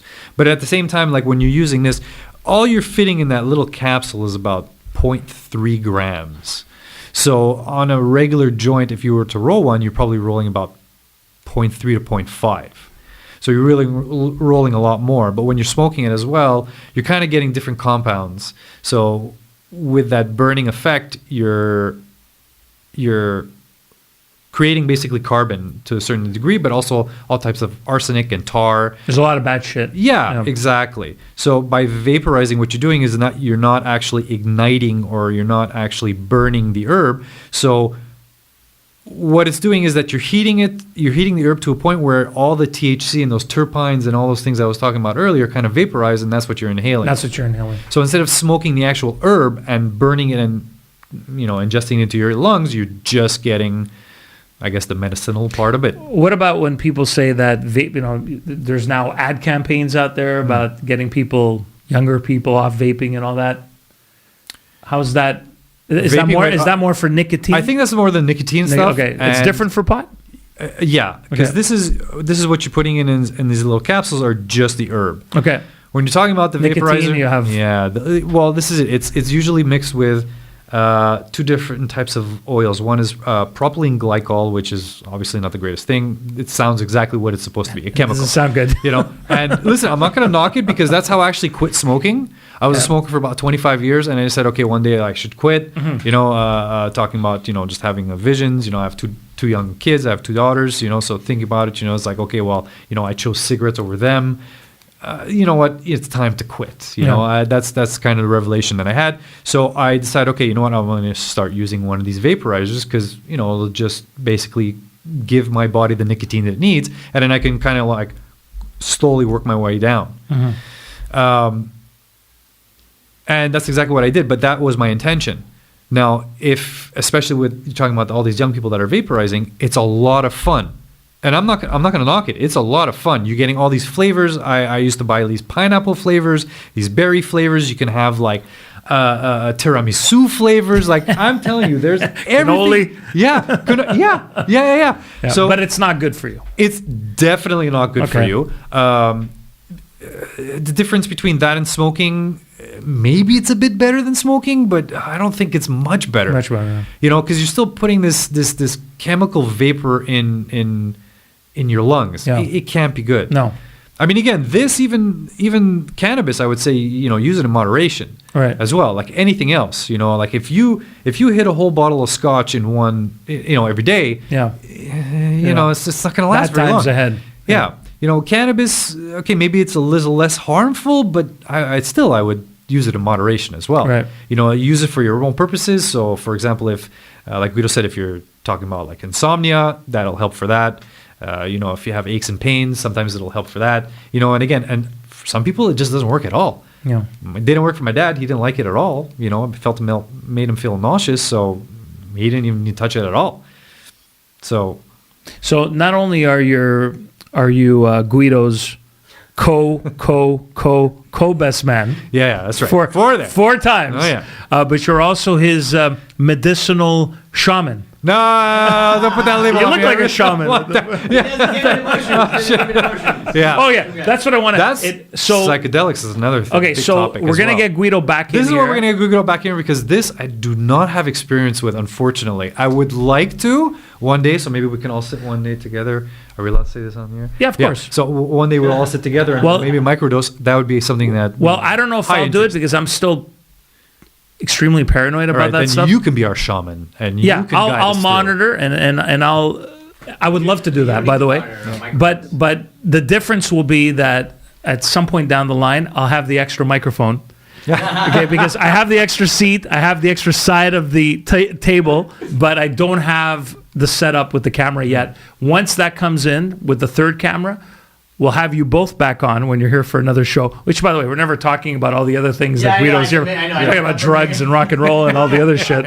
But I would love to have that moment with you guys here again. That'd be great. Both of you experiencing that, and I want to hear a bit more about that as Guido comes in back here. Thank you so much, by the way, for Frank, thank you so much. educating me, because I have no clue when it comes This was to amazing. Thank you. And listen, I suggest everybody to do their own research. Yep. This is everything that I've learned. And again, the science is always changing. There's always more and more information coming out. So I would suggest everybody look at to see if it's for you. If it's not for you, that's cool too. Yeah. You know, and that's what I suggest for everybody. As Guido takes over, one of the things that he mentioned to me was the shrooms. Could I call it that? Yeah. The shrooms. And we've met some people, and I've never done it. I've never experienced it. As I said, I've done moderate pot use in my life. Like literally. I never smoked pot growing up. I know. Me neither. Until I was 40, 39. Exactly. I was 31 the first time I smoked a joint, and then had a bad trip and just to left sleep. it. And then it just was for this, for that. And I was like, oh man. And then writing, creativity, and then. It opens up a whole new world, right? And also vulnerability. Yeah. You know, it also makes you think of stuff like, man, what, why did I do it? I shouldn't have said that. Like, it just makes you kind of self-reflect. It's like, man, you don't have to be that much of a jerk when you do A, B, and C. Like, you know what I'm saying? I mean, honestly, it's like... But when you mentioned that to me earlier this evening when we were at the bar having a drink, I was like, I definitely wanted to bring that up on the podcast, because we've met several people who have experimented with that. And what was that movie that I watched with Nicole Kidman? Is it Nicole Kidman? What's that called on Netflix? There's something about, it's Nicole Kidman. With drugs? I'm going to look it up. With mushrooms. Is it a new one or is it an older New one. Just came out a year ago. 12, Nicole Kidman. Really? Yeah, Nicole Mushrooms, Kidman. Nicole Kidman. Nicole Kidman. Is it a straight to Netflix movie? It's called 9 Perfect Strangers. I never Have you heard guys of it. seen it? It's No. on Netflix. And Nicole Kidman plays a therapist who uses psychedelics on her clients like mushrooms. Dude, It's fantastic. Guys, it's fantastic. I don't know. The movies, I'm going to watch it for sure. It's a series. So okay. it's a 9-part. I didn't even hear about Yeah, this. it's Really? on Netflix, yeah. I don't know about here, but in the States, I mean, there's so much, especially in California, in Southern California. You guys are all... dude, they have... Do you know my dispensary? I get it delivered. On my phone, I punch in what I want. It's got a menu and what it's good for. I punch it in and it's delivered. I get a text. I'll be there in 15 minutes. And they come to your door and deliver it for you in like this pharmacy pack. It's the best thing because it's serious business over there. Like, Does your wife do it as well or no? She doesn't touch it? No. Okay. No. She likes when I do it because You're a different person. No, I'm still... Man, imagine she's like just... I didn't mean to... I only like high Guido because sober Guido hits me. No. Even though in one of your comedy routines, I remember you saying something about hitting your kids is a good thing, right? Hey man, I'm Did old you school. not say that once? Well, you know what? I'm an old school guy. I think sometimes some kids need to be... Man, I coached some kids on flag football. I coached my kids' flag football team in the fall, and we're not endorsing hitting your children, but no, I am. I am. I think you should. I think you definitely hit them, but like on the butt, like not on the face. Like don't do anything that leave scars on the butt. Like on the butt, where just as long as you could leave red, but not scars. You can't red is good. Red could get you in jail in California, but I remember back in California, you can't even. You can't even flick your kid. Even breathe towards. You're like that's it. You're gone. Yeah, but you remember always like growing up, at least with me and my dad. It's always, it was the fear of God. Oh my God! Right. Was put into you that my dad didn't even have to, he never laid a finger on me, but just knowing that if I ever fucked up, he would, was enough for me not to do anything. That's when we had the respect, right? For the parents. Nowadays, kids know their parents cannot go down that road, right? It's my dad, because they'll be jailed. But back in the day, we always had that fear. For me, at least. You're lucky your dad never touched you. No. I think maybe because he was old as fuck. But I'm saying, like, my dad... He was. I'm just joking. I'm doing jokes because you said I could. My dad... if I said you couldn't. Right, You right, wouldn't right. be No, doing I it. would- my dad, no, my dad would hit me and like the belt, like I was old. Oh my god, yeah. Yeah. My dad was like old school, like belt and like, you know, I got hit and yeah, dude, like I was all of that. I didn't have that nice dad like your dad. My dad isn't. I'm not saying nice, but my dad was amazing. But I'm just saying, like, you know, Yes. that with the He was disciplinarian. He was very much disciplinarian. Yeah, I don't do that to my kids though. In my stand-up, I say to hit my kids, but Yeah, I don't do but it. it's But not in my true. stand-up, I do it. But I don't. Yeah. No, man, I couldn't lay a finger on my Don't kids. send the Orange County police over to Guido's house. They don't have police. They have like one sheriff, and he's just like, I'm busy eating. Like I can't come do always stuff. pulling up No the masks. facts. Back to eating hot dogs. No masks. No masks. Bye. Eating hot dogs. No masks. That's all he I says. want to hear about the shrooms before. Yeah. Okay. Yeah. So, what is the hype? Is the hype real? It's my first experience was last. It was January. It was my birthday, 2021, when I turned 43. So not this past birthday, but the year before. A buddy of mine from Montreal who now lives in L.A. Amazing actor, comic. Is my buddy Rishi. I said for my birthday, I want to. He always told me, you know, what it does and you know what it could do for you and. I was always afraid of it. Yeah. I was like, no, you know, The weed's unknown, right? Well, I mean, weed's okay. It does that for me. But he's like, no, but even more. And people are like, yeah, but God, what if? And then you see these, you know, but then you hear the stories. Yeah, but it could also be this. You're like, well, I don't want that, you know. And then I watched a documentary. I don't know where it was. If it was on a streaming service. I forget which one. But it had. Maybe it was Netflix, I'm not sure. But it had like Sting and Paul McCartney and all these artists talking about their trips on mushrooms. And when I heard like Sting, or one, I think it was Sting that said, he said, if you set an intention before, because they talked about all their bad trips, their good trips, and after a while, like you figure out how to do it properly to get out of it what you want, because you could really get out of it what you want. If you have a question that you want answered, and if you just set that intention and then you take the psilocybin, the mushrooms, it will get answered, man. Like it's crazy. I mean, that's what I got from the documentary. No. But you have to set an intention, because if you just go there to do it just to party, then it could lead you who knows where. Or even if you take it, if your state of mind is not in a great state of mind. It's not necessarily a party. It's not a party. No, drug. you It's shouldn't more of treat a it that way. state of Yeah, consciousness, right. Because if you Like, treat it like a opens- party drug, just like I'm glad I started marijuana late in life, because I don't treat it like a party drug. I mean, even though we're doing it for fun, but it's more just to like let loose and not, you know, worry, Yeah. and because we have all these anxieties, right, Yeah. and also, you know, just to relax but if you do the mushrooms correctly, I mean, it could really. I mean, they're using it in California, you know, for PTSD. Yep. You know, for veterans. And anyway, so after I saw the documentary, I called my buddy. I was like, "Yeah, I'm ready to do this." You know, so we started with.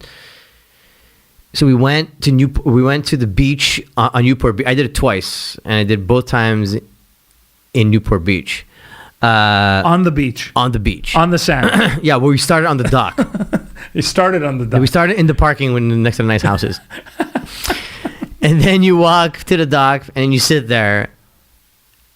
And then there's all like the birds and the seagulls, you know. And then at some point you get nauseous. So the thing is, so you first get nauseous. It's normal. Yeah, you always do. And it's almost like the more you take, the more you'll get nauseous. So the higher the reward at the end, the more, like the bigger price you got to pay for nausea. That's why when they say when people go do ayahuasca, they puke. That's from Arizona, right? Ayahuasca. I think I think you can do that in Costa Rica or in like South America. What's the one in Arizona? There's Is that like? Peyote? Oh, peyote. Peyote. That's the Matthew McConaughey. Okay. I'm gonna lick some peyote. Yeah. That's the Matthew That's McConaughey the big stuff. thing in Arizona. But I think peyote. I mean, I don't know which one's stronger. I don't know which one is. I think the peyote is worse than Yes. the Yes. ayahuasca, right? Because that could really give you. I mean, the peyote. I mean, Matthew McConaughey was like in a cage with a cheetah, wasn't he? With a mountain lion. He's like, I was with a mountain lion, Yes. and I was gonna fuck it. No, Or kill it. I don't know. kill it. Oh, fuck it. Oh, take off my shirt, then just like eat my it. name. Eat it. Eat it, kill it. Oh, fuck it. But so yes, we're at the beach, and I remember. I mean, I just talk about my second time because the 2 times doesn't really matter. But the second time is where. So the first time I took a low dosage, so it was okay. You know, you start What's getting. a low dose? Like, I have no idea. How do you take, like, it's No, what? it's like dried up mushroom. It looks dried up like mushrooms. Yeah, It's actually. yeah. It looks. It's an actual mushroom. It's then you disgusting. I mean, I just take it raw because I'm an animal, And you just eat it. It tastes bad, but you just drink water or you have an espresso or whatever. But it's best on an empty stomach. If I did it on an empty stomach, it's the best. Yeah, because if you eat, then it'll get you even more nauseous. I mean, but some people eat it with their people put in their eggs in an omelet. I mean, you could cook with it. But this I've is never not- done that yet. But This is not something you do daily, though. no. No. No, my Like- God, I gotta work. I got kids. I got. Right. Where's my kids? Would be like, Because it Dad, really- I'm like, the moon looks like Jim Carrey. Like, what am I gonna say? Yeah. So you did it twice. Yeah. Well, the first. Yeah. So the one when I upped the dose, like when you go to 3.54 grams, that time was because I enjoyed the first time. It was nice, but the second time I was like, oh man, I'm gonna document this, and I had ideas of what to do. So the second time I did it, it was a higher dosage, and I brought like a notebook to document this because I want to do this. You're taking notes. Yeah. Oh yeah. Because I was like, man, I'm gonna do more and take notes. And then I had, I had my noise canceling headphones, and I said I'm gonna listen to the whole Dark Side of the Moon album. Pink Floyd. Pink Floyd while I'm on the beach because Yeah. they say that's the one. That's the like, one, yeah. Because if you're gonna do it, I You're right. want to experience because it's not just it wasn't to like get messed up. Like, and I told my wife I picked a day. Like I told her I need 12 hours. Like it's a thing because I need some questions answered. I needed some or motivation or an idea, and I set the intention. I'm like, what's my whatever. I took it, and the first thing I noticed on the dock, because it's like a wooden dock, was like it looked like sand. Every time it looked like it was like On the dock. yeah, but On it the was- wood. Yeah, so I'm like just stepping on it, and fishermen are like, "Could you, it just looked like that." And then after you go through the nausea, right? Which is typical of. You have to, you have to. I mean, the more you do, the more nauseous you're gonna get. That's Okay. why, like we just discussed so the ayahuasca, because the ayahuasca you get the biggest of revelations. Apparently, I've never done that, but but you're gonna get nauseous. Whatever. That's why they suggest do it on an empty stomach. Okay. And it's just at the beginning. Yeah. Once you get through that, it's like the ticket you have to pay for the ride. Then it's just beautiful. I mean, you go through. I mean, it was weird. Then I remember then going into the bathroom on the beach, and it was like red light for some reason, and then the song changed. It was just if you plan it to, if you set the intention, like I want to know, my intention, like I want to know what I should do next. Okay. That's what I said. I said, what's next for me? Because I didn't know what was going on. And then towards the end of it, I wrote to myself, just jump and trust that the wings will grow. I don't know. Yeah. And I was eating, and I wrote that. It says 2-something p.m. I'll never forget, 2:33 p.m. while I was eating French toast at this new breakfast place, like near my place in Irvine, owned by Vietnamese people. I'm like, what's your specialty? He goes, French toast. I'm like, at 2 p.m. He goes, yeah. I'm like, go for it. And then I'm not even joking, and I wrote it, and that's where I came up with the idea for So I Married a Mangiacake, like the background story of it. So it was because of this. It was because of that, and then I wrote the show, and then that's it. Yeah. Yeah, I'm not even joking. And then I started getting into it, and then I started asking about like microdosing. Yeah. That's what I hear about a lot and don't really understand. But Right. I mean, that's just basically like a 0.1 or a 0.2 of the psilocybin. I mean, that's more for. I mean, when you take it, you don't feel anything. So you don't You go feel through that. numb or No, nothing. not even? Nothing. What- I mean, Nothing. You don't feel. You just feel happy. You just feel like, all right. So we're in this room right now. We take it. We're just happy. You're not going to feel anything. So there is no like nausea before. And there's no high. You just feel happy. Well, I mean, I'm talking about like my experience. Yeah. It's not but like is happy. That the experience of most people from who I know who have experienced it. Not happy, but you kind of feel like if something happens, you'll be like, it'll be okay, like that. So like not everything is so heavy, basically, but you don't feel a high or a low or anything. Okay. It's a weird thing to, and I know you're looking like, that's too good to be true, but no, I know because that's what I could deal with that, but then that's what I'm paranoid about. I know, but I mean that's the thing about microdosing is that people are like, no, but I know it's basically mushrooms, like right? Yeah. But so I know when I told my other friends like, no, but you don't understand, you're not going to feel anything. They gave the look like you were just like, but nah, like I know it sounds unbelievable, it is. It's just. They have these companies, I think, I don't know where, but I think in Toronto they do, or in Ontario, where it's for certain things that if you want to just calm your mind or if you want more energy that you could order these psilocybin pills. Wow. Yeah. And I mean, like I know personally people that have been taking them and they're like, man, I'm at work, I'm in my meetings and I'm fine. And you don't feel anything. Like it's not like you think. Yeah, but it's not like you look in the screen in your Zoom meeting and your boss looks like an elephant. Like it's not like you're not it's that. It's not like acid. No. Because acid is a totally. Yeah, I've never tried no. Don't do that. I'm not going to do that. I'm not a psycho. Like it's funny because I've been talking about drugs. Like even my mom's like, "What the heck, man? What happened to you? I thought you knew Bella Guaglione. You're doing shows. All of a sudden, you're doing marijuana and everything. Like no, it's no. More and more people are experimenting with this stuff, dude. It's and crazy. So as soon as you brought it up to me tonight when you walked in, I was like, okay. Can we talk about it? And you're like, yeah, of course. Ask me anything because I want to know more about it. And I'm telling you, it's great to have people, of course, experience, especially that I'm not one to, I started doing it later, like when I was, like I said, 39, 40, for a specific reason. Yeah. It was not to like when I'm with my kids, I don't do it. But if you want to write or if you just want to hang out and just really just chill. Yeah, it's amazing how you could just be open and honest and you don't really care. Yeah. And, for me, what it does, but I'm sure it affects everybody, differently. I don't want it to think like it's going to cure guys, trust me. Like no. For me is what I'm saying is that I could, I could just relax. Yep. I don't have to be so stressed out. It's the best thing that ever happened to me, Frank. I don't know what I'd do without it. Okay, I'm going to change the conversation a tiny bit. I really enjoyed talking to you about so many different topics, including this thing. You've enlightened me. Good, let's get away from this drug thing, because all of a sudden, I got the DEA. Like, this guy's got a green card. Why are we giving this guy a green card? This guy's like, dude, trust me. Like, fucking, it's the best thing in the world. Don't worry about anything. Like, I did want to ask you a couple of things before I forget, because I'm really enjoying where this conversation is going and I'm learning so much. But I wanted to ask you, as an actor, yep, were you watching the Oscars?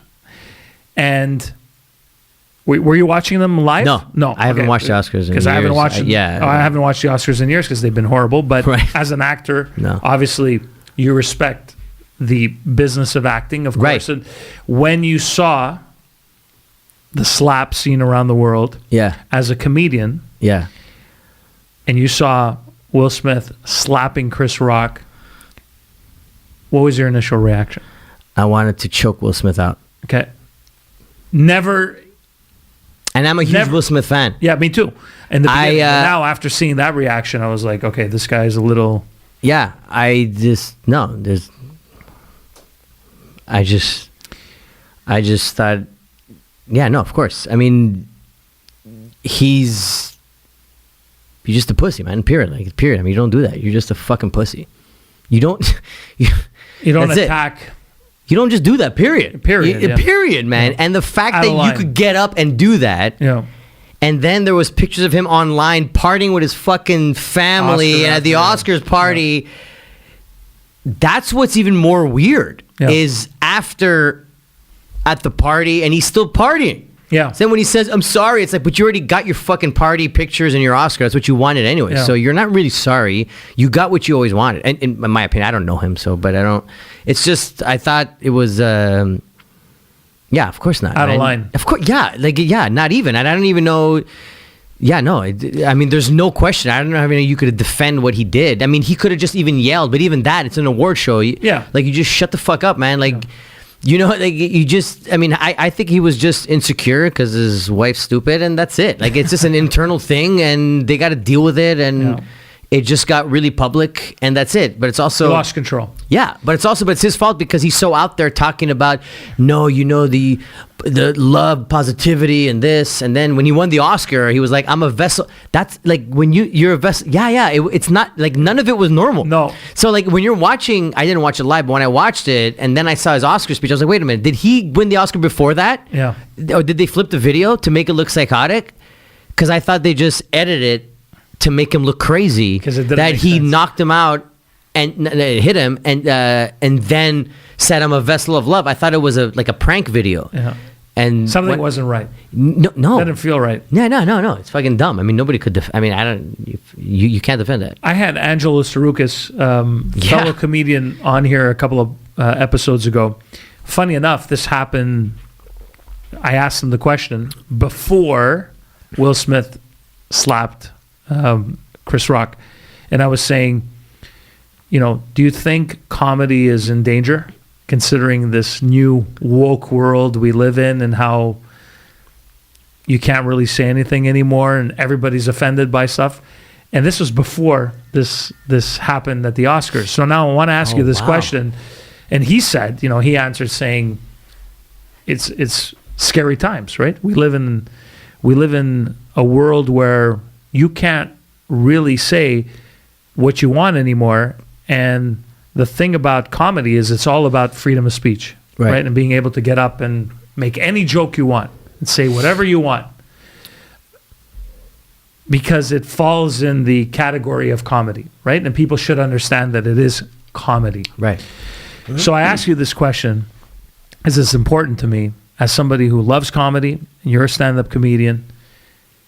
Do you ever, or you probably haven't had a stand-up gig since this happened, but is there a part of you when you see this happen, Will Smith bitch slapping Chris Rock, is there a part of you that once you head back to the comedy stage and start doing your stand-up again, you're now aware of this moment that happened? And is there any part of you that ever thinks, self-edit, you're more conscious about the jokes you deliver? How does that affect you as a comedian, seeing something like that? Are you know what I'm saying? Like, yeah, no, these are things you probably never thought of before, but now, do they cross your mind at all? No, not at all. Because I just don't see anybody coming up trying to even do that to me. You've never, I'm sure you've had hecklers. Yeah, but nobody has tried to do that. Like, I don't think anybody would ever try to do that to me, so I really don't worry about that. Like, I really don't think anybody would try to get up and try to do that to me. Yeah. I don't.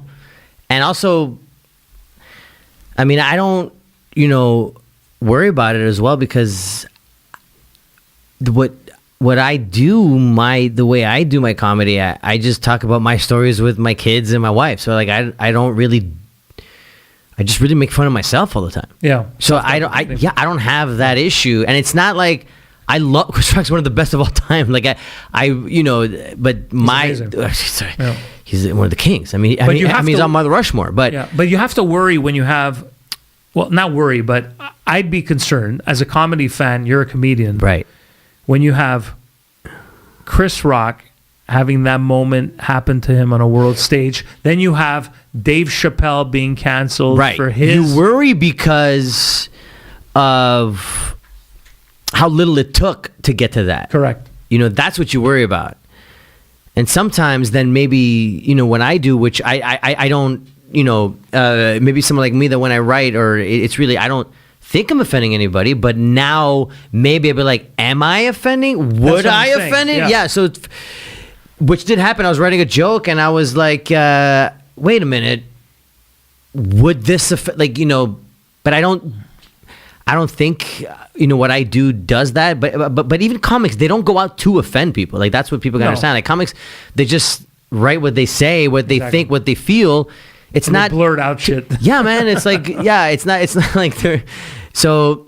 It's like when people ask, is it offensive comedy or not? It's like it's not like a comic will not be like, oh, I'm an offensive comic, I'm a non-offensive comic. They just do what they do. They do, and whatever it is, it is. Like you can't put them in a box. They just do whatever they want to do.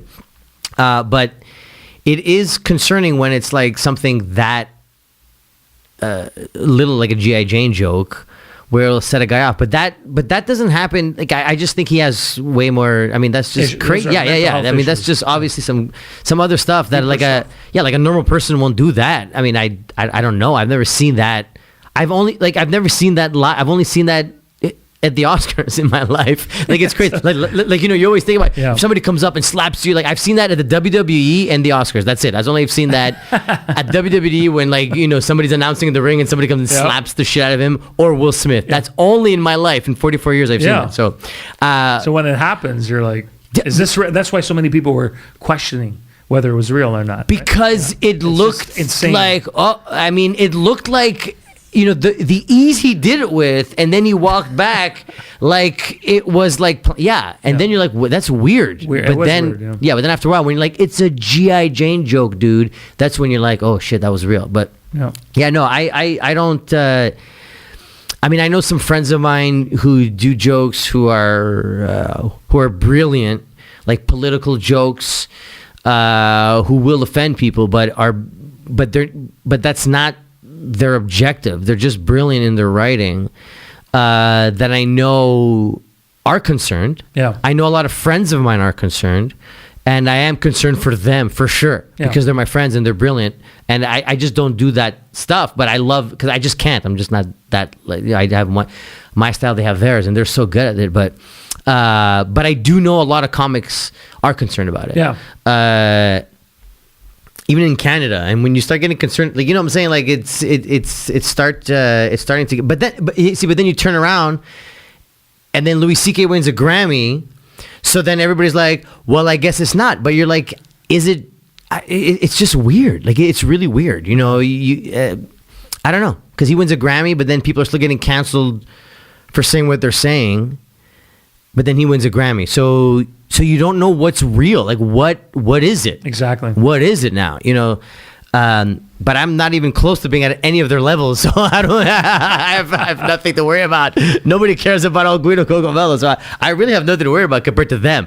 But I could understand how they would be.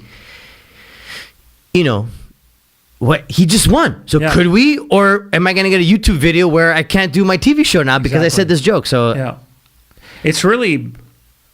Like, it's crazy. Times it's nuts. It's nuts. And it's like, if anybody wants to get famous now, I'm like, are you fucking crazy? Just be low key Montreal, man. Exactly. And go to LA and come back Montreal. Just be like Saint Laurent famous. No. But serious. Like, it's not a. If somebody says, I don't even know why you'd want to be in the limelight right now. It's just strange times. It's nuts. So what's next for you? You have your show that's So I Married a Mangiacake. Are you going to go back to doing some stand-up now that everything's reopening with COVID, obviously? I'll be when this airs, I'll be this is Thursday, so let's say,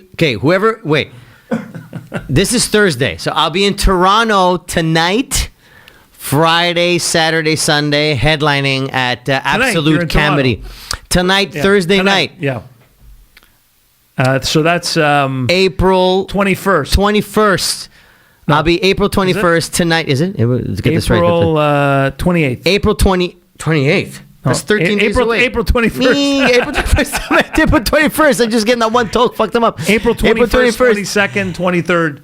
April 21st, 22nd, 23rd, 24th. I'll be at Absolute Comedy Toronto, headlining there. Nice. On Yonge and Eglinton. It's an amazing club. So, and then I'll be doing my... So I Married a Mangiacake show at the Zoetic Theatre in Hamilton on April 30th, 4 p.m. show.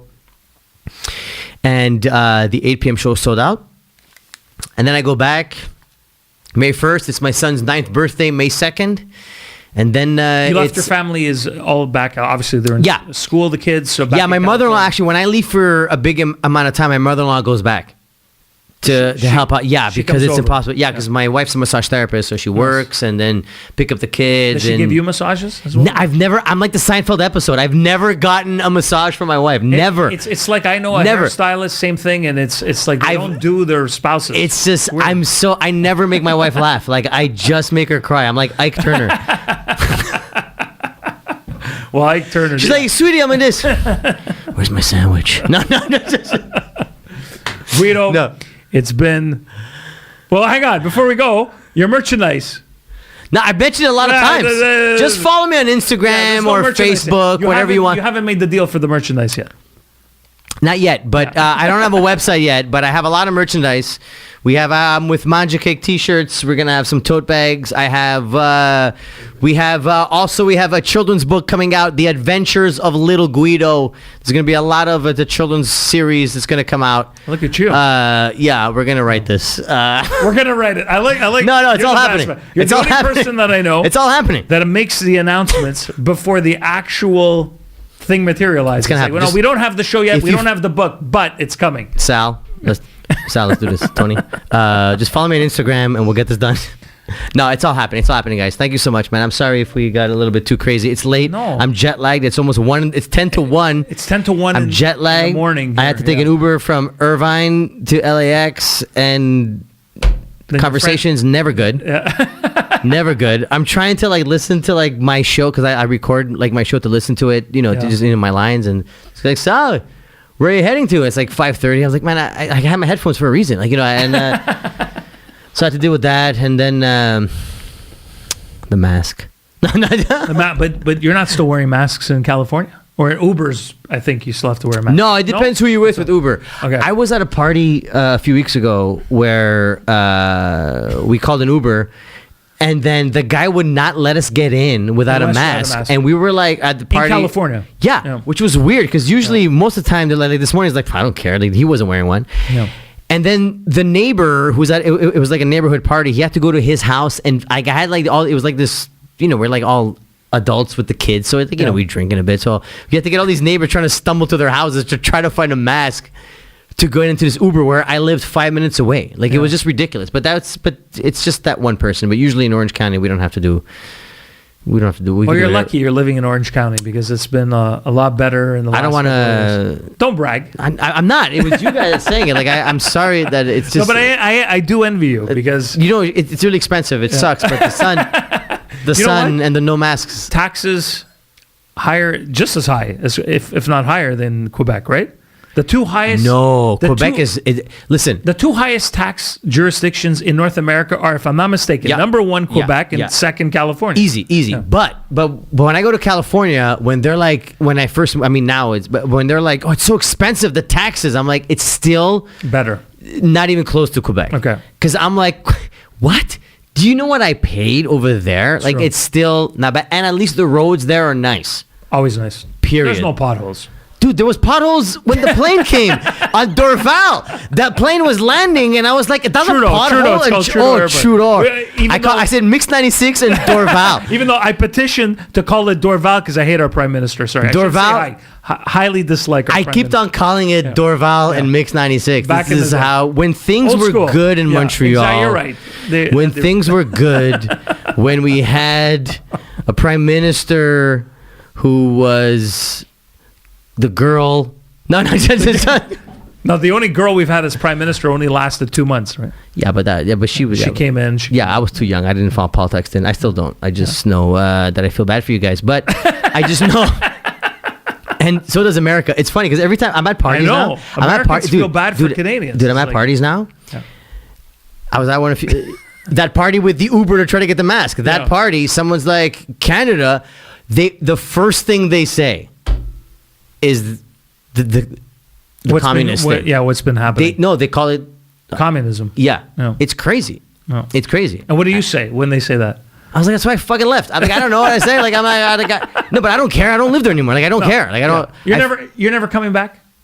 I mean, besides If seeing they don't your- kick me your- out, no. Yeah. I mean, if I don't have to. Besides but seeing your mom and your family and friends, and I all love. I mean, you come in and do your shows, but you don't plan on ever. Let's be honest, you don't ever plan on. If it coming was my back. choice, no. No, of course not. No. But I love. I mean, this is where I grew up. I Yeah. love it here. We all Like, love it. That's the thing is. I know, I'm that's what sure sucks. When you're there, Yeah. you're always talking about it, right? You know, I just told my mom when I come here, it feels like I've never left. Yeah. Because it's like this is where I grew up. This is yeah. my home. This is my home, and it's. You know, sometimes you know when you hear people that you love, like my brother, my best friends, or my family members that are that angry, it upsets you because you're like, man, I love that place. Why are people so angry? Yeah. It was the shit. Yeah. But It was the shit. yeah, but hopefully it'll get back. It'll get back, man. There's ebb and flow and everything. I think it'll all be good. Ebb and flow, baby. Guido, I'm with Mangiacake. Mangiacake. So I married a Mangiacake playing across Canada. He already mentioned all the dates. The pot, throw me. This pot Brought to is you by- called I Heart Armenia. It'll be sold at a Armenia store pot. near you. Yeah, legal, by the way. Tender Legal. and fine. I Heart Armenia. Thank you so much, Guido. Thanks, I've had brother. a This great is the time. best. This has been amazing. I This hope you is come so- back in the future. I will. Hopefully, Yeah. The next people time won't we're be like, doing- "What the fuck happened? Anyone who's still What watching, the heck was that?" anyone still watching after But all it's this time one. is hopefully having a nice trip as well, Right. Enjoying whatever they're enjoying with a bevy and whatever they're taking. And this was a blast, man. I thank you very much. It was awesome. Thanks, Guido. dude. Thanks to you for letting me be me. Grazie. Thanks, Frankie. I Ciao, appreciate buddy. it. Thanks, bro. This is the Drive-By with Freeway Frank.